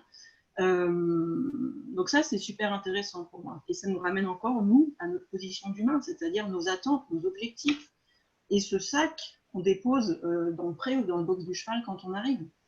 Après, au niveau plus scientifique, il y a une question qui est intéressante de compatibilité entre individus et du coup de tempérament. C'est aussi quand même toujours intéressant quand on choisit un cheval de s'assurer que c'est le cheval qui visiblement avec des critères qui sont établis par des profils de tempérament, etc., des traits comportementaux qui ont été testés et qui sont aujourd'hui scientifiquement prouvés comme fiables dans la détermination d'un tempérament de cheval, de s'assurer que ce tempérament, il colle avec nous.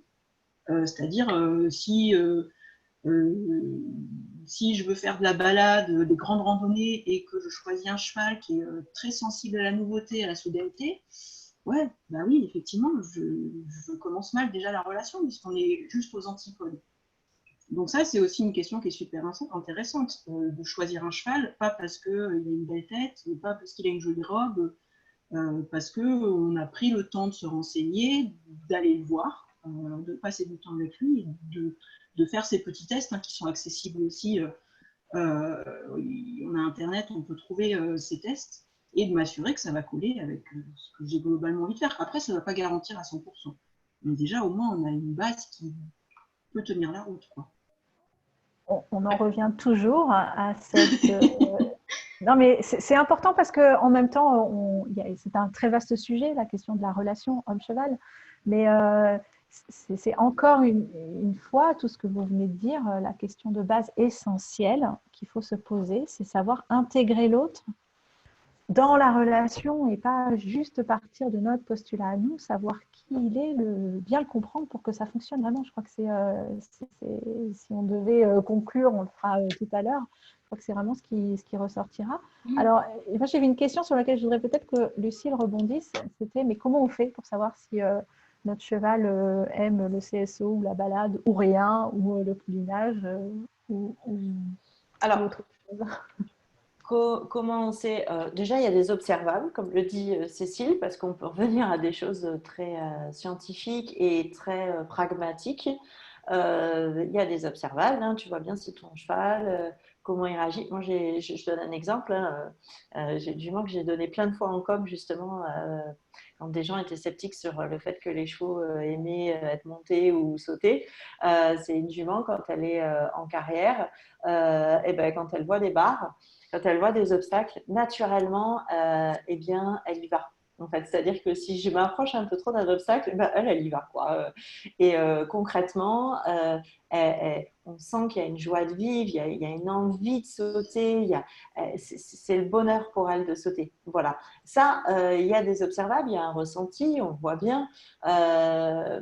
Voilà. Et puis après, sur des questions qui sont plus délicates ou plus profondes ou plus recherchées, c'est sûr que la communication animale, elle va permettre d'aller explorer son animal. Mais pour revenir là-dessus, il y a quand même un élément, je sais que toutes les trois, on va se retrouver, et ça rejoint aussi ce que tu disais, Cécile, sur la définition de la relation. il y a le vécu. Il y a le vécu entre nous, entre l'animal et nous, mais il y a le vécu de l'animal. Et c'est là, d'ailleurs, là-dessus. C'est intéressant parce que, en fait, souvent, l'animal, lui, en tout cas, on va parler du cheval ici, il est très résilient et il est très compatissant, il est dans l'amour, il est dans le présent et il a quand même une forte propension à accepter ce qu'on lui propose. Voilà. Mais il a un vécu et il a des blessures comme les humains peuvent avoir des blessures. Et c'est là où il faut voir la différence entre sa typologie de personnalité, ses besoins fondamentaux, ses envies et ce qui relève de problématiques de choc, de son vécu. Et on peut aussi aller l'aider à se libérer de ça. Voilà, donc un bon communicant, il doit avoir cette capacité de différencier ce qui est de sa personnalité profonde et ce qui est des blessures qu'il a pu vivre, des chocs dans sa vie et l'aider à se libérer de ça, tout comme un thérapeute d'ailleurs. Et je voudrais revenir sur quelque chose que j'ai adoré. Est-ce que c'est pas le cheval finalement qui choisit Bon, je vais peut-être être assez ésotérique là-dessus, mais les animaux étant en conscience permanente avec le monde qui nous entoure et qui les entoure, étant beaucoup plus connectés que nous à tout ce qui est en général, donc avec des sens de perception très développés, je pense que il pourrait bien nous choisir. Et petite anecdote, pour ceux qui m'ont connue à l'époque, j'avais une jument qui est décédée malheureusement cet hiver qui s'appelle Oli. Et à une époque de ma vie, c'était très compliqué pour moi et j'ai souhaité la vendre pour des raisons financières. Et elle était juste, à chaque fois qu'elle était essayée, elle était dangereuse, quoi. Voilà, elle leur menait la vie. Je me dis, c'est pas possible, elle le fait exprès. Et du coup, je ne l'ai pas vendue, je l'ai gardée parce que je n'ai jamais réussi à la vendre. Elle était immontable à chaque essai. Voilà, donc je pense en effet que les chevaux ont aussi leur mot à dire et qu'ils savent très bien nous choisir et qu'ils ont la capacité de nous percevoir bien plus que nous avons la capacité de les percevoir. Oui, après, il faut quand même faire attention aux biais d'interprétation, je pense. Il peut y avoir aussi plein de raisons pour lesquelles cette jument ne se soit jamais laissée monter. Alors, ça peut être, on peut se dire, parce qu'elle avait choisi son humain, mais peut-être aussi parce que toutes les attitudes des personnes qui l'ont essayé ne lui convenaient pas. Voilà. Quand on parle d'observable, scientifiquement, on s'attache alors à une liste qui est certes pas exhaustive, hein, mais avec des critères qui sont bien déterminés. Et on fait aussi très attention aux interprétations quant à nos projections à nous. C'est-à-dire qu'on voit aussi ce qu'on a envie de voir des fois. Donc ça, il faut y faire attention et c'est pour ça que cette liste d'observables, elle est décrite, elle est accessible et encore une fois, moi, je peux faire en sorte de remettre à disposition des personnes des références. Un cheval qui va sur les barres, c'est peut-être effectivement un cheval qui adore ça, c'est peut-être un cheval qui a appris contre son gré à aimer ça, et c'est peut-être aussi un cheval qu'on a très peur. Alors, oui, alors... c'est juste une façon de rebondir, c'était pas forcément, tu vois, par rapport à ton cas à toi. Je suis pas allée détailler tout ça, je suis bien d'accord qu'un cheval qui charge les barres, c'est pas un cheval qui apprécie de sauter. Hein. Voilà, je suis... Voilà, l'idée de l'observable aussi. Et en fait, on va se rejoindre quand tu exprimes qu'on peut observer que oui, pour le cheval, il y a des choses qui lui conviennent pas dans l'attitude du cavalier. C'est aussi ça qui fait qu'il va le choisir ou pas. Tu comprends ce que je veux dire? C'est juste une manière de l'exprimer différente, mais on se rejoint là-dessus. D'ailleurs, quand il y a des personnes qui expriment qu'il y a des observables qui sont différents de ce que exprime la com, c'est que soit il y a une traduction, tu vois, il y a une interprétation, soit c'est l'interprétation qui n'est pas bonne, enfin, à mon avis, c'est l'interprétation qui n'est pas bonne d'un côté comme de l'autre, soit du communicant, soit de celui qui observe l'animal. Mais il y a un bug quelque part. Voilà. Alors, moi, je démarre toujours mes cours de communication, parce que j'enseigne à la fac, par une citation d'un auteur qui s'appelle Bernard Weber, que j'aime beaucoup, qui est aussi écrit en gros dans mon bureau, et qui reflète exactement tout ce qu'on vient de dire, qui s'applique bien évidemment à toute communication interpersonnelle, donc bien évidemment de l'homme avec le cheval. C'est, je vous la lis, c'est entre ce que je pense, ce que je veux dire, ce que je crois dire, ce que je dis, ce que vous voulez entendre, ce que vous entendez, ce que vous en croyez, ce que vous croyez en comprendre, ce que vous voulez en comprendre et ce que vous comprenez, il y a au moins 9 possibilités de ne pas se comprendre. Je trouve que cette phrase, elle est essentielle et elle est surtout à méditer très fort pour se dire que la relation, c'est aussi notre posture à nous, notre capacité à s'adapter à celui qui est en face, sa capacité à recevoir aussi ce qu'on lui envoie, alors l'interpréter, je ne sais pas si le cheval interprète, mais je pense avoir une idée que oui, les côtoyant souvent. Voilà, et c'est essentiel à méditer au quotidien dès lors qu'on entre en interaction avec un cheval, parce que c'est important. Oui, je ne connaissais pas cette phrase. Elle est à relire et re-relire, je pense. C'est vraiment très important, mais à appliquer dans nos quotidiens avec nos enfants, nos maris, nos collègues de travail. C'est vraiment essentiel pour qu'une bonne relation puisse s'établir, de se dire que l'autre est quelqu'un, en fait, et qu'on va l'intégrer dans notre monde à nous et de ne pas rester comme deux bulles complètement hermétiques, en fait, qui pourraient n'échanger que par rapport à leur propre vision, vécu, tabou, histoire, croyance, prisme, éducation, tout ce qu'on a reçu de part et d'autre. Hein. Mais ça rejoint ce que tu disais tout à l'heure, Lucie, hein, le cheval a aussi son vécu. Bah oui, l'idée, c'est de prendre en compte tout ça, mais des deux côtés, et de faire en sorte que l'alchimie, elle puisse se créer, parce qu'on va faire on va percer un petit peu dans la bulle de chacun et faire en sorte que l'osmose se crée, parce qu'on s'écoute, quoi. Et on se respecte surtout. J'ai une proposition, sauf si est-ce que vous avez encore des choses à exprimer là, ou est-ce qu'on ouvre la porte aux questions-réponses? On peut ouvrir la porte aux questions-réponses. Juste peut-être parce que c'est peut-être un sujet qui est intéressant avant d'attaquer ça, parce que ça, dans la notion de relation de l'homme et du cheval, c'est une question qui revient souvent et qui, moi, pour le coup, m'est arrivé un peu en pleine figure il n'y a pas très longtemps sur un sujet. Mais ça rejoint le sujet de la subjectivité et de la façon de comment nous on interprète. C'est la question de l'anthropomorphisme dans la relation. Peut-être Cécile, toi tu as un regard plus scientifique là-dessus, mais c'est peut-être intéressant puisqu'on se disait qu'il fallait aller vers l'autre et de ne pas rester dans notre propre prisme à nous. Eh ben, c'est une question très intéressante et comment l'aborder? Alors, c'est un très vaste sujet, hein, j'en conçois. On va rester très global, c'est bien, on ne va pas rentrer dans les détails parce que c'est un sujet à lui tout seul, mais ça me semblait important de l'évoquer. En fait, pour moi, il faut y faire très très attention. Je prends toujours l'exemple, vous prenez 2 écuries. Une écurie où les chevaux sont dans des box, il n'y a pas un brin de paille qui dépasse, c'est nickel, il n'y a pas une toile d'araignée et tout, on pourrait manger par terre. Et vous prenez une autre écurie où les chevaux sont dehors dans la boue avec des clôtures, avec les fils qui ne tiennent pas, etc. Ouais, et en tant qu'humain, on a envie d'être plutôt dans l'écurie où c'est tout nickel, où on pourrait manger par terre.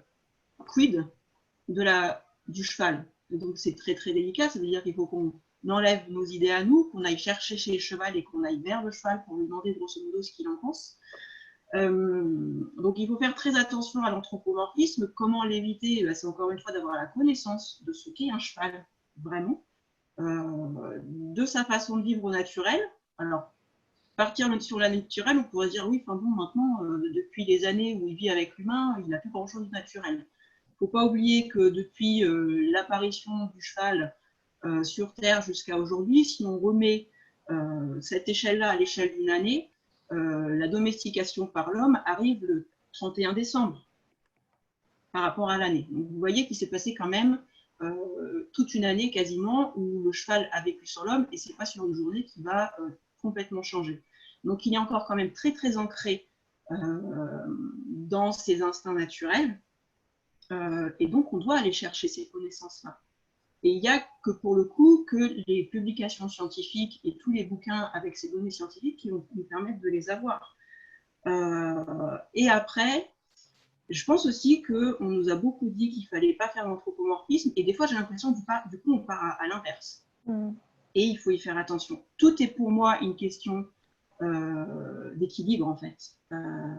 De ne pas oublier que le cheval est un cheval, mais qu'il a aussi des émotions, comme chez des humains, et qu'il y a des choses qui peuvent se recouper. Et moi, j'entends des choses des fois, et je me dis, wow, là, pour le coup, ça manque vraiment d'anthropomorphisme, parce qu'on a l'impression que le cheval est une mobilette, qu'il n'y a même plus une âme d'être vivant dedans. C'est vraiment un vaste sujet. Hein. Moi, j'ai toujours, ma réponse, c'est toujours observer, et observer vraiment. Observer avec vos yeux de chevaux, et pas avec vos yeux d'humain. Et avec votre cœur aussi. Oui, bien sûr. Oui, oui. Bien sûr. Non, parce qu'on parle, en fait, c'est important ce qu'on vient de dire, parce qu'on parle beaucoup d'observables, oui. Mais les observables, ils sont aussi dans nos ressentis, dans nos émotions. Ce n'est pas Lucille qui va me contredire là-dessus. Mais nos émotions sont aussi à observer. Prendre un peu le temps, comme on l'a fait tout à l'heure, d'observer ce qui se passe alors à l'intérieur de nous, peut-être à l'intérieur du cheval. Alors, ça va se traduire par des observables plus physiques. Mais en tout cas, les émotions sont aussi des observables et elles se traduisent et c'est important. Oui, oui, tout à fait. Après, je rebondis parce que ça me passe par la tête et que je trouve ça important aussi. Il faut faire attention. Alors, je parle plutôt en tant que témoin de l'arrivée de l'éthologie. Alors, j'aime pas dire arrivée, hein, parce que l'éthologie, on en fait tous depuis voilà. L'équitation éthologique, du remettre le cheval au centre, où bah, voilà, on a dénoncé les chevaux qui vivaient en boxe, etc.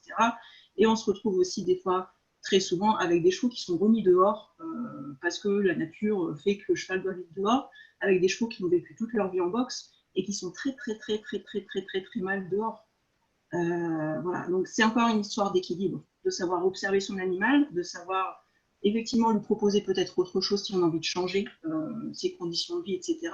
Mais d'avoir aussi, et c'est encore un feedback, hein, le cheval, il a vécu toute sa vie dehors, vous le mettez dehors, il va vous donner une réponse à cette nouvelle situation.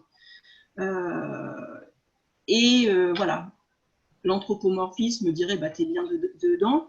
L'inverse dirait, bah non, tu es un cheval, va dehors. Oui, mais il y a un monde entre les deux. Et le monde, c'est le cheval qui le vit. Et si on n'est pas capable de lire notre cheval, d'observer ça, et ben ça veut dire qu'on a un cheval qui finalement était beaucoup mieux dans son box que dehors. Après, il y a tous les systèmes d'équilibre, donc de transition, etc.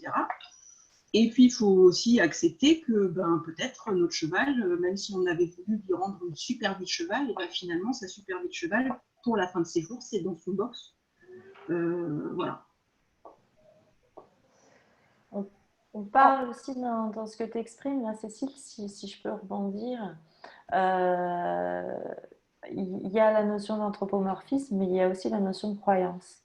Oui. Nos propres croyances quant à qu'est-ce qu'un cheval doit aimer, qu'est-ce qu'un cheval peut être, et cette notion qu'il y a le groupe cheval, d'accord, comment dire, voilà, le cheval, l'entité cheval, et puis il y a l'individu. Et l'individu peut être différent, voilà, peut avoir ses propres propriétés, ses propres envies, ses propres besoins qui peuvent être différents d'un individu à un autre. Et c'est vraiment là où c'est important d'aller à sa rencontre pour voir ce qui est juste pour lui. Et je reviendrai vraiment là-dessus. Hein. Qu'est-ce qui est de l'ordre de ces, comment dire, de ses besoins fondamentaux, et qu'est-ce qui est de l'ordre du conditionnement, qu'est-ce qui est de l'ordre comment dire, de ses blessures, pour pouvoir l'aider, l'accompagner et et faire au mieux pour lui. Oui, oui, c'est très intéressant. Et il y a un commentaire là qui parle des contacts sociaux, de chevaux il y a des chevaux qui n'ont pas les codes sociaux. Des poulains sevrés, isolés, sans congénères, sans médiateur, chevaux adultes, bah, c'est comme si on élevait nos enfants dans une cour de récréation sans adulte pour leur expliquer qu'il y a des choses qu'on ne peut pas faire, etc. Et ces chevaux-là, on peut du jour au lendemain se dire, ah bah, tu as vécu toute ta vie tout seul, je vais te remettre en groupe. Et en soi, c'est la meilleure chose à faire. Sauf qu'on se retrouve avec des chevaux qui ne savent pas comment on fait. Donc, qui sont flippés, qui sautent les clôtures pour s'échapper. Moi, j'ai eu le cas d'une jument qui, je fais toujours la comparaison dans l'âge de glace, où il y a la femelle mammouth qui se prend pour un opossum. Et ben, cette jument-là, c'était ça. C'est-à-dire qu'elle pensait qu'elle était humain. Elle faisait tout ce qu'elle aurait dû faire avec un cheval, elle le faisait avec l'humain. La première fois qu'elle a rencontré un cheval, elle était à 20 mètres, ils étaient à la clôture. Elle m'a grosso modo sauté dans les bras, quoi, le cœur palpitant. Enfin, elle était très très mal en transpiration. Et donc, on ne peut pas remettre un cheval comme ça en se disant, bah, écoute, ta vie, c'est au milieu de tes congénères, allez hop, on y va. Non, c'est aussi maltraitant, si on va dans cet extrême-là, que la laisser en boxe, en fait, ou toute seule, enfin, privée de congénères, je veux dire. Donc, la question, c'est comment l'accompagner, finalement, oui, pour qu'elle retrouve ce qui est juste pour elle. Oui, tout à fait. Ou ce qui semble juste pour elle. Ce qui semble juste pour elle. Donc, c'est de naviguer entre ces deux extrêmes-là, finalement. Et c'est difficile parce qu'on a des méthodes, on a plein de méthodes. L'humain passe son temps à écrire des méthodes, etc. Mais moi, je suis toujours très prudente par rapport aux méthodes parce que je trouve que ça nous met des œillères, en fait. Et s'il y a un cheval qui colle dans la méthode, c'est parfait. Mais s'il y a un cheval qui n'est pas tout à fait au carré, il peut aussi faire beaucoup de mal. Donc, encore une fois, observez vos chevaux. Allez chercher tout ce qu'il y a dans toutes les méthodes. Je pense qu'il y a tout peut être intéressant. Mais n'oubliez jamais d'observer vos chevaux et d'avoir leur retour. Bon, c'est pas facile au départ. Vous vous demandez, mais comment je sais que... Eh ben, il faut expérimenter, comme tu disais si bien, Lucille. On va peut-être passer aux questions-réponses. Alors, vu tous vos échanges déjà, je pense qu'il va y en avoir beaucoup. Merci de votre présence et de vos interactions. On espère pouvoir répondre à tout le monde. Ça défile vite, hein, donc c'est pas très facile. Je suis déjà remontée, moi, parce qu'il y en a eu d'autres depuis, sur une toute première qui était arrivée tout à l'heure. On nous dit, on parle de cheval miroir. Peut-on préserver notre cheval de certaines émotions qui ne lui appartiennent pas? Voilà. Qui veut s'y coller? Peut-être que toutes les trois, on pourra donner notre éclairage sur cette première question. Je commence? Vas-y. Parce que c'est mon boulot au quotidien. Là, là c'est vraiment... merci. Alors, bien, déjà, la première chose, c'est revenir à soi. C'est-à-dire, c'est ce qu'on disait tout à l'heure, se reconnecter à soi-même, être capable soi-même déjà de voir où est-ce qu'on en est émotionnellement parlant et d'aller faire ce vide en fait, d'aller se poser, d'aller se calmer, d'aller se détendre, d'aller retrouver la ressource en soi avant d'aller au contact avec son cheval. La sensibilité du cheval, ça, on peut jouer là-dessus. Oui, il y a des chevaux qui ont besoin d'être ancrés, voilà, d'apprendre à être moins dans l'interaction et du coup de capter moins les choses pour que ce soit plus facile pour eux, d'avoir un peu moins d'empathie, si je peux dire comme ça, ou en tout cas d'apprendre à gérer son empathie, tout comme les gens peuvent apprendre à le faire, les chevaux aussi peuvent apprendre à le faire. Ceci dit, pour moi, la première règle, c'est OK, qu'est-ce que je fais avec moi-même? Si on se dit, si on a peur que l'animal il capte des émotions dites négatives, parce que pour moi, il n'y a pas d'émotion négative, chaque émotion, elle vient juste exprimer un besoin. Elle a besoin d'être entendue, écoutée pour pouvoir avancer, cheminer vers soi, mieux se comprendre et répondre au mieux à nos propres besoins. Donc, le premier travail, c'est sur soi. C'est déjà d'aller travailler sur soi, d'aller comprendre ses émotions, comprendre comment elles fonctionnent, se libérer et être capable de gérer son émotionnel. Voilà. Ça, c'est quelque chose qui est hyper, hyper, hyper important. Et le cheval nous amène à ça. parce que vous voyez bien tous, autant que vous êtes ici, vous avez certainement, enfin, si vous êtes là, c'est que vous êtes en lien avec des chevaux. Et vous avez forcément déjà observé que eh bien, votre manière d'être va agir, va impacter l'animal qui va réagir différemment. Première chose, c'est revenir à soi.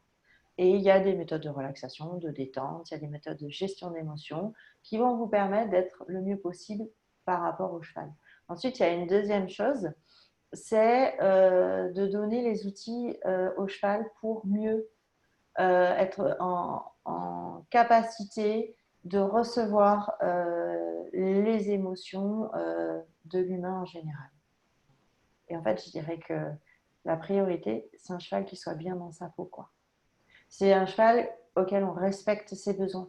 Un cheval, il a besoin, j'ai encore par exemple un cheval qui me disait oui, mais moi je vis en boxe. Alors attention, pas de polémique sur les box, mais je vis en boxe. J'ai pas de, je vais au prix que de temps en temps.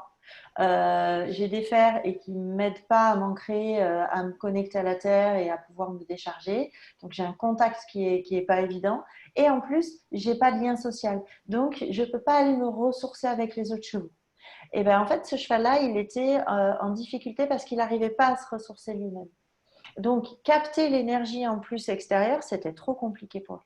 Donc, c'est respecter le besoin du cheval. Et encore une fois, on revient toujours à ça, hein. Écouter ses besoins et l'écouter dans ce qu'il est et lui apporter du bien-être. Déjà ça, un cheval qui est bien dans sa peau, il va être plus à même d'accueillir l'autre. Comme un humain qui est bien dans sa peau, il est plus à même d'accueillir l'autre. Après, il y a un autre élément qui est quand même important à prendre en considération, c'est que tout comme il y a des gens qui sont hypersensibles, il y a des chevaux aussi hypersensibles. Un cheval hypersensible, comme un humain, il va capter beaucoup plus l'énergie de l'autre. Il va être beaucoup plus sensible. Eh bien, il va falloir prendre plus de précautions, faire plus attention, travailler plus sur soi pour être plus en capacité d'être aligné, centré quand on s'adresse à ce cheval-là. Voilà. Après, il y a des manières énergétiques. On peut travailler sur un cheval s'il a une énorme porosité émotionnelle, d'aller l'aider de manière énergétique ou thérapeutique, comme chez un humain, pour accueillir plus facilement l'autre. Alors, moi, je voudrais rebondir là-dessus et aussi parce que, Lucille, tu as répondu au comment on fait. Mais si on veut répondre précisément à la question qui était peut-on préserver notre cheval de nos émotions, enfin des émotions qui ne lui appartiennent pas, la question c'est non, en fait. On ne peut pas le préserver. Si, Non, mais, non, je mais viens attends, de t'y répondre, parce que si, on peut le préserver. attends, Mais je vais aller au bout ouais. de mon raisonnement. C'est-à-dire que si, là, tu as répondu comment on fait pour pas le préserver. Mais en fait, si on ne fait pas ce travail-là, mais c'est ça qui est important de prendre en compte, il va les prendre, ces émotions.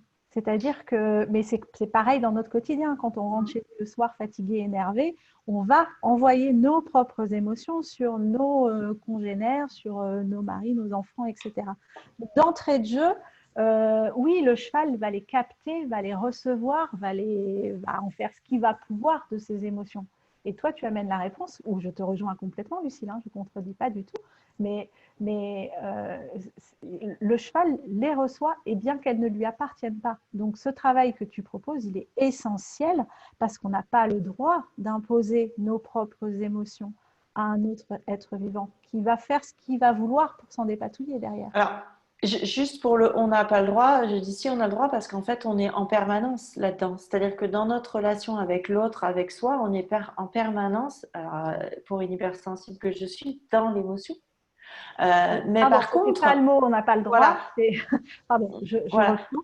C'est pas on n'a pas le droit, c'est qu'on va imposer quelque chose, bien malgré nous parfois, parce que c'est pour ça que je dis c'est pas le bon mot, parce que souvent on n'a pas cette intention-là, mais on va arriver avec notre bagage de notre journée, avec notre sac à dos rempli de nos émotions, et on va arriver vers nos chevaux qui vont, si on ne fait pas le travail que tu as indiqué tout à l'heure, tout capter, tout recevoir comme de véritables éponges. Et ça, c'est essentiel d'en prendre vraiment conscience parce que sinon, et ça rejoint une autre question qui était arrivée beaucoup plus haut, c'est bah oui, mais alors des fois, on se rend compte qu'on a des chevaux blasés qui ne répondent plus. Parce que la réponse qu'a le cheval, si nous, on ne fait pas ce travail, ça va être de construire une coquille autour de lui, une bulle pour essayer de ne pas capter les émotions que nous, on va venir surchargé chez lui. Et c'est comme ça qu'on retrouve parfois des chevaux qui répondent plus à la jambe, qui répondent plus à rien d'ailleurs, parce qu'ils construisent cette coquille pour pas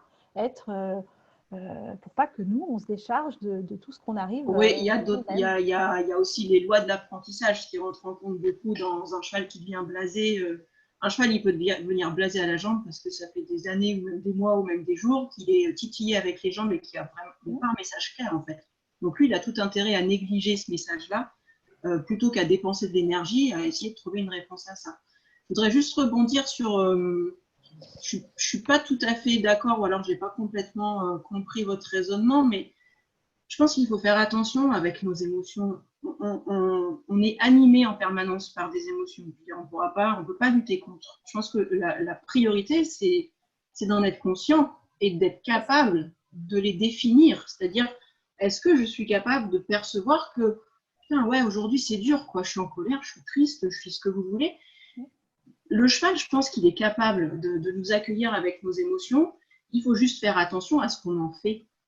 C'est-à-dire que le cheval, on dit toujours, alors moi, on m'a rabâché sa gamine, ne montre pas à ton cheval que tu as peur. Putain, mais je suis pété de trouille, comment veux-tu faire? Enfin, c'est juste pas possible, en fait. Sauf que ma peur, elle va se traduire par des attitudes, par des comportements de ma part qui, pour le coup, ne vont pas du tout être justes vers l'animal. Et mon cheval, il va répondre à mes comportements, pas à mon émotion à la base. Et je pense que votre cheval, il est capable d'entendre que vous êtes en colère. Sauf si vous lui tapez sur la tronche parce que vous êtes en colère, là, ça ne va pas le faire. Mais si vous vous posez, vous arrivez à côté de lui en disant, punaise, ça ne va pas, je suis super en colère, je pense que, moi, en tout cas, c'est l'attitude que j'ai, parce que moi, je suis animée par 150 000 émotions à la seconde. Je caricature, hein, mais… non, mais on l'est tous. Voilà, peut-être pas, mais à la minute. Et je pense que le premier travail fondamental, c'est de prendre conscience qu'on a des émotions. Moi, j'ai été éduquée, je crois, en tout cas, c'est le souvenir que j'ai, où on m'a dit c'est pas bien d'être en colère. Bah, si, ta colère, c'est pas bien. Enfin, voilà, t'es faible si t'as peur. Oui, sauf que la peur, elle me permet de rester en vie quand même. Et le cheval aussi, il ne faut pas l'oublier, ça. Quand il a peur, c'est juste qu'il est en train de tout mettre en place pour rester vivant. Et donc, on finit par dramatiser toutes les émotions négatives au profit des émotions positives. Mais les émotions négatives, elles sont aussi super importantes parce qu'encore une fois, elles nous permettent de mettre en place des réactions pour rester en vie. Il faut juste savoir les identifier et les raisonner. Alors, non, pas les raisonner, je dirais, même pas ça, non.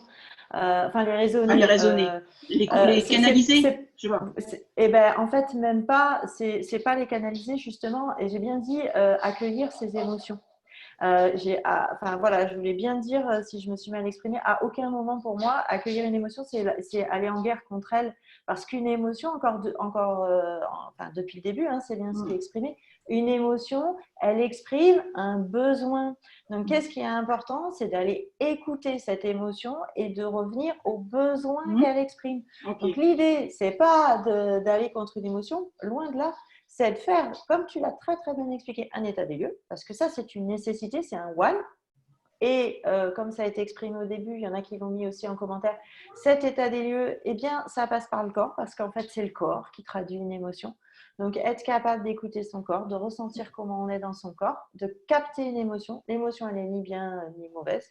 Ça c'est important aussi, je trouve que c'est chouette que tu l'aies bien réexprimé, parce que l'émotion, elle exprime un besoin qui a besoin d'être rejoint. Tout comme un cheval, quand il est dans une émotion, il exprime un besoin qui a besoin d'être rejoint. Ou qui est rejoint, parce que la joie, c'est juste une émotion qui exprime qu'un besoin vient d'être rejoint. Donc, on est en joie. Voilà. Donc, pas de positif ni de négatif, vraiment.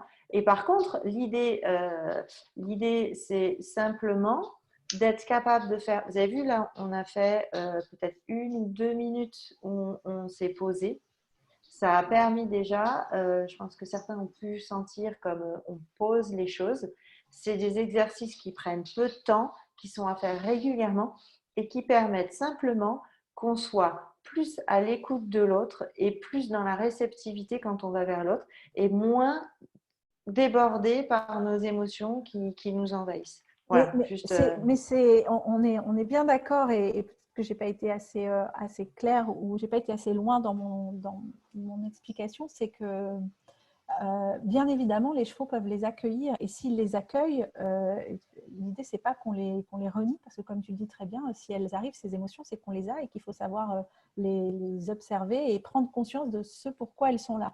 Ça devient problématique dans la relation quand ça n'est pas bien accueilli chez le cheval. C'est ça que je voulais exprimer. Alors, pardon si je n'ai pas assez bien exprimé, mais évidemment, si on est dans le déni d'une émotion, on ne la comprendra jamais, on ne la surmontera jamais si elle peut s'estomper ou se guérir. Encore une fois, ce n'est pas d'anéantir ou de ne plus avoir d'émotions. On est régi et on est vivant parce qu'on a des émotions, heureusement. Mais c'est dès lors qu'elle a un impact qui ne va pas forcément être positif sur l'un ou sur l'autre dans la relation, il faut savoir prendre conscience, l'observer, savoir comment on fait. Et ça peut simplement s'exprimer par si ce jour-là, moi je suis en colère et que ça se traduit pas bien chez mon cheval, et peut-être que tout simplement ce jour-là, je vais descendre. Ça ne veut pas dire que je renie ma colère, mais simplement la relation ce jour-là, parce que mon cheval, soit il va l'accueillir et tout est OK et tout le monde est OK avec ça, soit ça ne marche pas et à ce moment-là, il faut… parce que le cheval, il va prendre. Après, il accueille bien ou pas. Mais c'est pareil dans toutes nos interactions. Après, je voudrais juste ajouter que le cheval est un animal qui est quand même très, très, très, très subtil et qu'il a la capacité de voir la concordance entre ce qui se passe à l'extérieur et à l'intérieur. C'est-à-dire que je reprends mon exemple, moi, où Gamine, on m'a dit « Ah, mais si tu as peur, il ne faut pas le montrer à ton cheval. » Si, montrez-le. Parce que pour le cheval, c'est absolument pas clair. Quelqu'un qui extérieurement est pété de trouille, c'est-à-dire qui tremble, il transpire, le cheval, il perçoit tout ça. Même nous, on n'en est pas forcément conscient, lui le perçoit, on a un livre ouvert.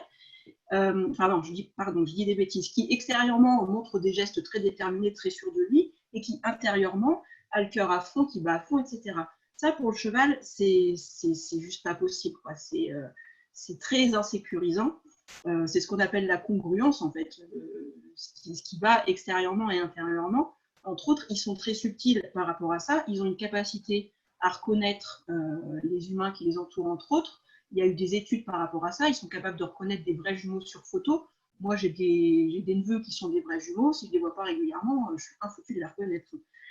Ils ont aussi fait des études entre la congruence entre un visage sur photo et une voix humaine, et ils ont trouvé des réactions sur des chevaux avec des humains dont ils avaient connaissance. Quand la voix ne collait pas avec la photo, ils réagissaient.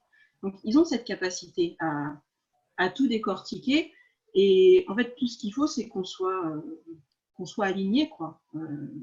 Voilà. Si j'ai peur, je réagis comme quelqu'un. Je caricature, mais limite, ce serait ça, quoi. Je dois réagir comme quelqu'un qui a peur. En fait, ce que tu es en train de nous dire, c'est que finalement, les chevaux, ils lisent complètement en nous et qu'ils ont cette capacité de nous montrer quand nous ne sommes pas alignés avec nous-mêmes, de nous montrer ce qui pourrait être intéressant à aller travailler en chacun d'entre nous, finalement. Cette relation, elle est vraiment révélatrice de Moi, nous-mêmes. j'essaye d'expliquer souvent en communication que ça devient riche dès lors qu'on est dans le partage parce que ça devient un apprentissage permanent de chaque côté en fait. C'est-à-dire que souvent, on a eu il y a quelque temps une posture du cavalier qui, on entendait j'apprends à mon cheval, je dresse mon cheval. Et en fait, c'est une posture très égocentrique, très égocentrée de la relation qui, dès lors qu'on est véritablement dans une relation et une interaction et qu'on se dit que chacun y est acteur et que les interactions sont bien dans les deux sens, eh ben, on est tour à tour le maître, l'élève et on apprend en permanence. On apprend de l'autre, l'autre apprend sur nous, mais on apprend aussi sur nous-mêmes. Et ça, c'est vraiment quelque chose qui ressort beaucoup dès lors que le cavalier se questionne un peu sur sa relation à lui-même et sur sa relation aux autres, en fait. Il y a une question, si je peux me permettre. Alors, je n'ai pas vu les questions d'avant, je suis désolée, je n'ai pas réussi à Il y suivre en a les beaucoup, hein, c'est très conversations. difficile. Mais là, il y en a une qui est intéressante. Mais si on a peur, notre cheval va avoir peur aussi. Et cela peut devenir dangereux. Donc, par exemple, on a peur d'aller sur un cross. Le cheval a peur. Il risque de s'arrêter et nous faire tomber. Comment le cheval gère cette peur? Euh, Est-ce que tu veux répondre, Cécile, ou est-ce que je réponds? Ben, je veux bien commencer, mais tu prendras la suite. Moi, c'est aux personnes qui me contactent pour ce genre. Du coup, moi, en général, les personnes me contactent en me disant, ben voilà, j'ai mon cheval qui a peur, je vous le confierai bien pour qu'il n'ait plus peur. Mais en fait, moi, sur un message comme ça, ma première question, c'est, mais pourquoi vous, en tant qu'humain, vous allez sur un cross alors que vous avez peur? La première question, elle est là. Parce que le cheval qu'il ait peur, oui, ok, moi je peux y travailler. Mais si je montre au cheval qu'il n'y a pas de souci sur le cross, mais qu'à côté l'humain ne fait pas son travail pour se détendre et, et apprécier le cross ou décider de ne pas y aller, parce que finalement, si j'ai peur, pourquoi? Est-ce que je me suis fait mal? Est-ce que parce qu'en fait j'aime pas ça, mais qu'on me force quelque part à y aller, etc. Si moi je travaille le cheval, je peux. Mais par contre, derrière, une fois que le cheval il repart chez lui, je ne peux absolument pas garantir que les crosses se passent bien, parce que c'est une relation. Et donc, si le cheval a peur et que l'humain a peur, il faut que le cheval se soigne, entre guillemets, mais il faut aussi que l'humain travaille avec cette peur. Alors, est-ce que je peux rebondir sur ce que tu exprimes là? Parce que je te rejoins complètement dans le fait que l'humain a son travail à faire sur sa peur. Mais ça peut être aussi, je trouve, hyper intéressant pour soi, pour son développement personnel, d'aller explorer ses limites, d'aller sortir de sa zone de confort et d'aller affronter ses peurs aussi. C'est, à mon sens, quelque chose qui peut être Ouais. enrichissant pour soi. La seule chose, c'est que il faut prendre en considération comment ça peut impacter l'autre. Moi, par exemple, les premières fois que je suis allée sauter 1,40 m, bah, excuse-moi, hein, je faisais pipi dans ma culotte. Hein. Pourtant, j'y suis allée et c'est ce qui a fait que bah, après sauter 1,40 m, c'était facile. Parce qu'au début, je suis allée d'abord, si tu veux, j'y suis allée.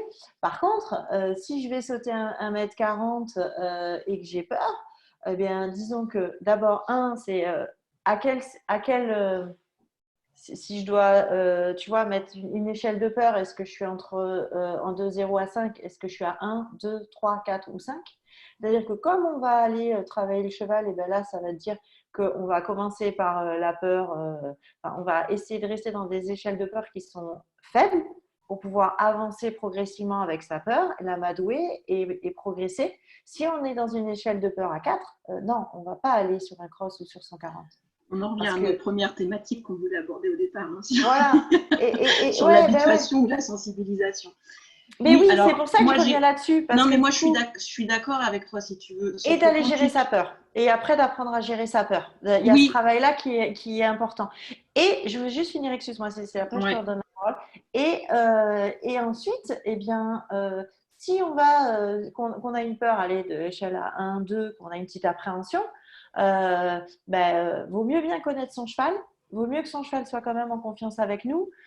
Et vaut mieux, alors je vais dire exactement pareil en tant qu'enseignant, c'est comme quand tu travailles un cheval, c'est-à-dire qu'aussi tu vas adapter les exercices pour que tu n'aies qu'un facteur de peur. C'est-à-dire que si tu te mets en concours avec des obstacles trop gros que tu n'as pas l'habitude de sauter, avec un cheval que tu connais pas bien, tu mets 3 postulats qui sont, à mon sens, qui sont voués à l'échec, entre guillemets. Donc, tu vas adapter ta séance, tu vas adapter tes méthodes et tu vas avancer progressivement et apprendre à gérer. Qui ne veut pas dire manquer de congruence et se cacher sa propre peur, mais apprendre à gérer. Il y a des méthodes de gestion émotionnelle qui marchent très très bien pour travailler sur soi. Oui, je suis tout à fait d'accord avec toi. Moi, juste là où je mets mon gros bémol, c'est que je dis ne vous embarquez pas. Et non, ne vous embarquez pas. Enfin, dire, si tu as peur, tu peux, toi, travailler tout seul. Tu as très peur des araignées ou je ne sais quoi, tu vas aller travailler ta peur. Sauf que là, tu mêles un cheval, tu mêles un animal de 500 kilos qui va avoir des réponses de fuite ou de lutte. Et tu peux pas te dire, bah, je vais sur mon parcours de cross, j'ai la trouille, mais bon, il faut bien que je sorte de ma zone de confort. Parce que tu as un cheval qui est là. Et parce que tu as un cheval qui va réagir aussi. Donc, tu fais ton travail de ton côté, tu vois. On a moyen de travailler et là, tu es bien plus compétente que moi en visualisation, etc., en exposition systématique, en imagination, en désensibilisation systématique en imagination, sans intégrer le cheval. Et je parle même pas de sans aller imposer ta peur au cheval. C'est juste sans te mettre, toi, en danger, parce que tu as un animal à côté de toi. Et que je ne conçois pas, et que c'est aussi beaucoup le souci, je veux dire, en plus en 2019, on a une foule d'accidents mortels, chevaux, humains confondus. Il faut à un moment donné revenir à la réalité et se dire, là j'ai la trouille, ben, je travaille ma trouille à la maison, avec ou sans cheval, j'en sais rien, ça dépend. Et après, je m'embarque sur les difficultés une fois que c'est quand même assez calé, quoi. Et là, on s'attache à la question sécurité, mais moi, je suis souvent amenée à former des futurs professionnels, notamment sur la sécurité dans la filière équine, parce qu'elle est en seconde place dans les accidents dans la filière agricole. Donc, il faut bien qu'on sensibilise les gens et qu'on essaye de décortiquer cette question de sécurité. Et je trouve que ça en fait partie, quoi. Faites attention, il y a un animal de 500 kilos qui réagit par la fuite ou par la lutte.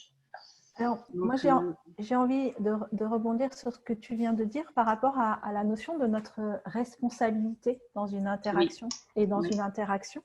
Parce que dès lors que l'on considère qu'on est en interaction, eh ben, on a un impact sur l'autre. Alors là, on parle de la peur par rapport à la thématique du cross, par exemple, mais ça s'applique à tout. Et cette responsabilité qui va impacter sur, si c'est que sur ses émotions ou ses états d'âme, son état d'esprit, ou parfois son physique, c'est déjà un peu plus grave, c'est pas grave, mais quand ça peut aller beaucoup plus loin, c'est très important.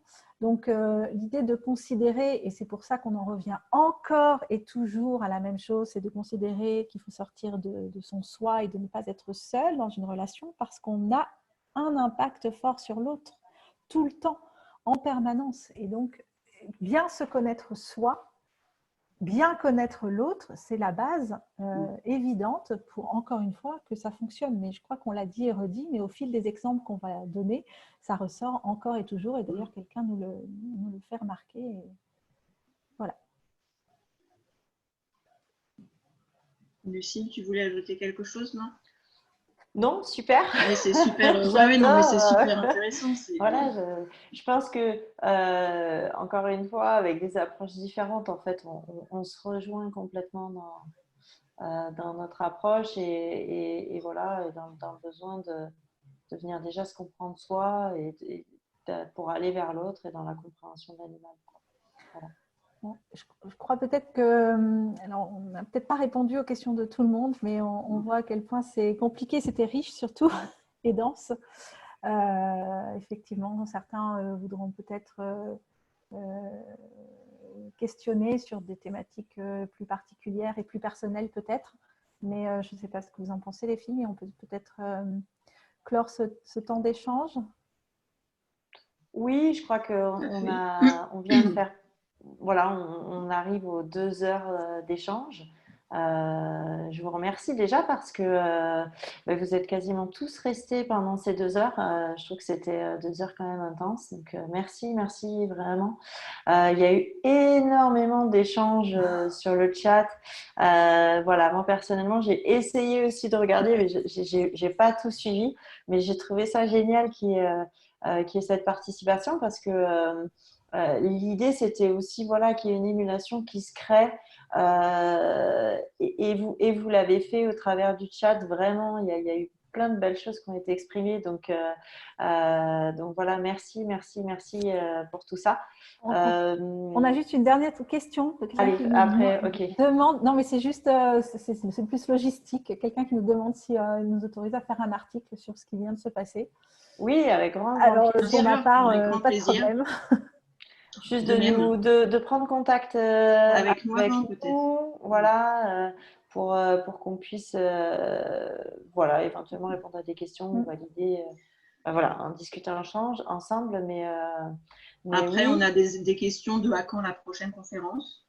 Ben, on va. Alors, on a plein de sujets. Enfin, voilà, on foisonne d'idées, de sujets. Donc, il y en aura d'autres. On n'a pas encore défini quand, Ni mais il y sur en aura quoi. d'autres. Et sur quoi, voilà, parce que c'est vrai que pour nous aussi, c'est très riche. Je voulais aussi, enfin, on voulait aussi vous annoncer que Cécile et moi-même mettons en place un masterclass. Voilà, à partir de juillet, justement, pour vous accompagner dans la relation au cheval. Voilà, avec nos différentes, nos deux approches différentes, mais qui s'emboîtent vraiment très bien. Voilà. Et puis, si vous avez des idées, des envies de conférences, partagez avec nous volontiers. Et pour ceux qui veulent être informés de ce qu'on va mettre en place par la suite, n'hésitez pas à nous communiquer vos mails par message privé. Et comme ça, eh bien, écoutez, je vous ferai passer, voilà, je vous inviterai sur le mailing et vous serez informé de tout ce qu'on va par la suite mettre en place, des conférences, mais aussi ce masterclass et les stages qui vont s'en suivre. Voilà. Alors oui, difficile de ne pas pouvoir s'exprimer davantage. Oui, je suis désolée. C'est vrai qu'on avait envie d'être peut-être plus dans l'interaction. Et en même temps, on est déjà 3 sur le plateau. Et Oui, voilà. en fait, je pense que ça vient surtout du fait que le sujet était très large et du coup nous emmenait sur beaucoup de pistes. Du coup, c'est beaucoup plus facile quand on est centré sur un thème précis. On a pu le faire ensemble, Lucille, sur des thématiques de communication animale.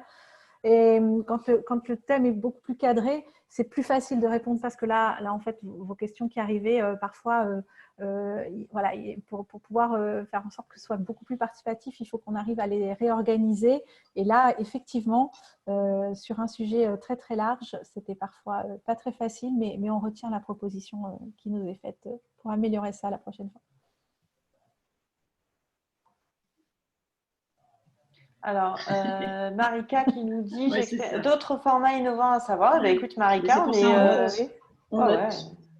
Alors, pour les mails, excusez-moi, mais comme là, quand on va arrêter la conférence, en fait, les mails vont disparaître. Je vous invite à les envoyer. Vous pouvez aller sur mon site. Je vous l'écris ici. Voilà.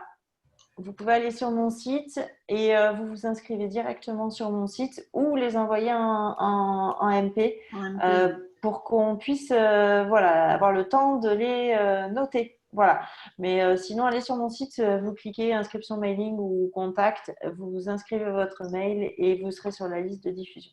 Voilà.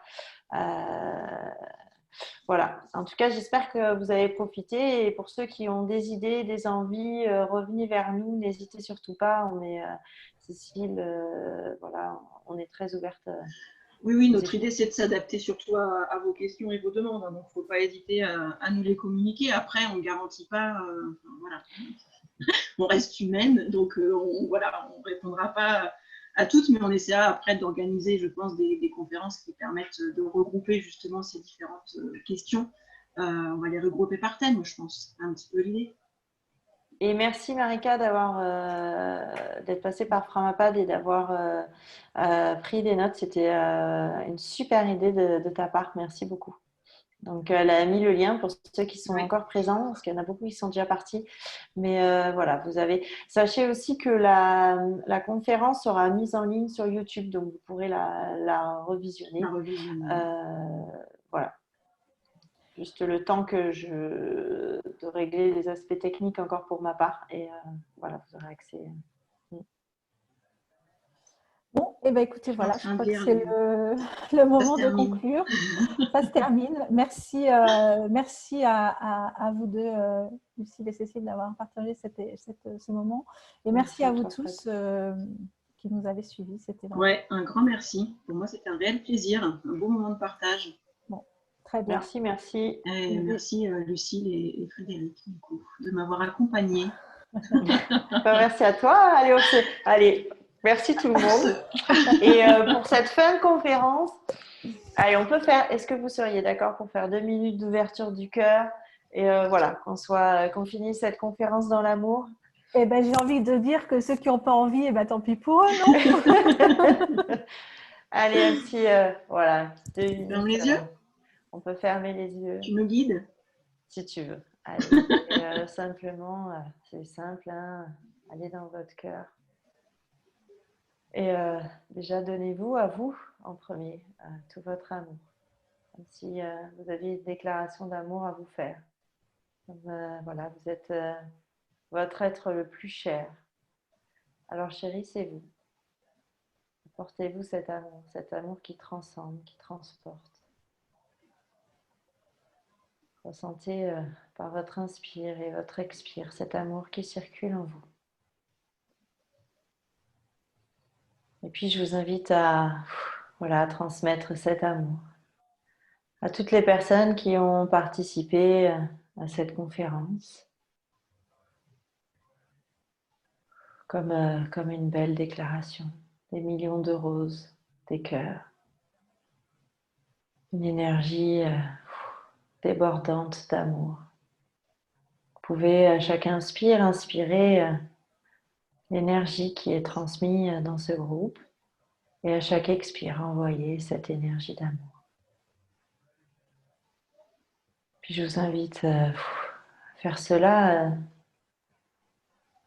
pour toute la Terre, pour tous les êtres qui vivent sur cette Terre, pour cette Terre qui nous accueille. Puis peut-être aussi, si vous le souhaitez, pour l'univers entier.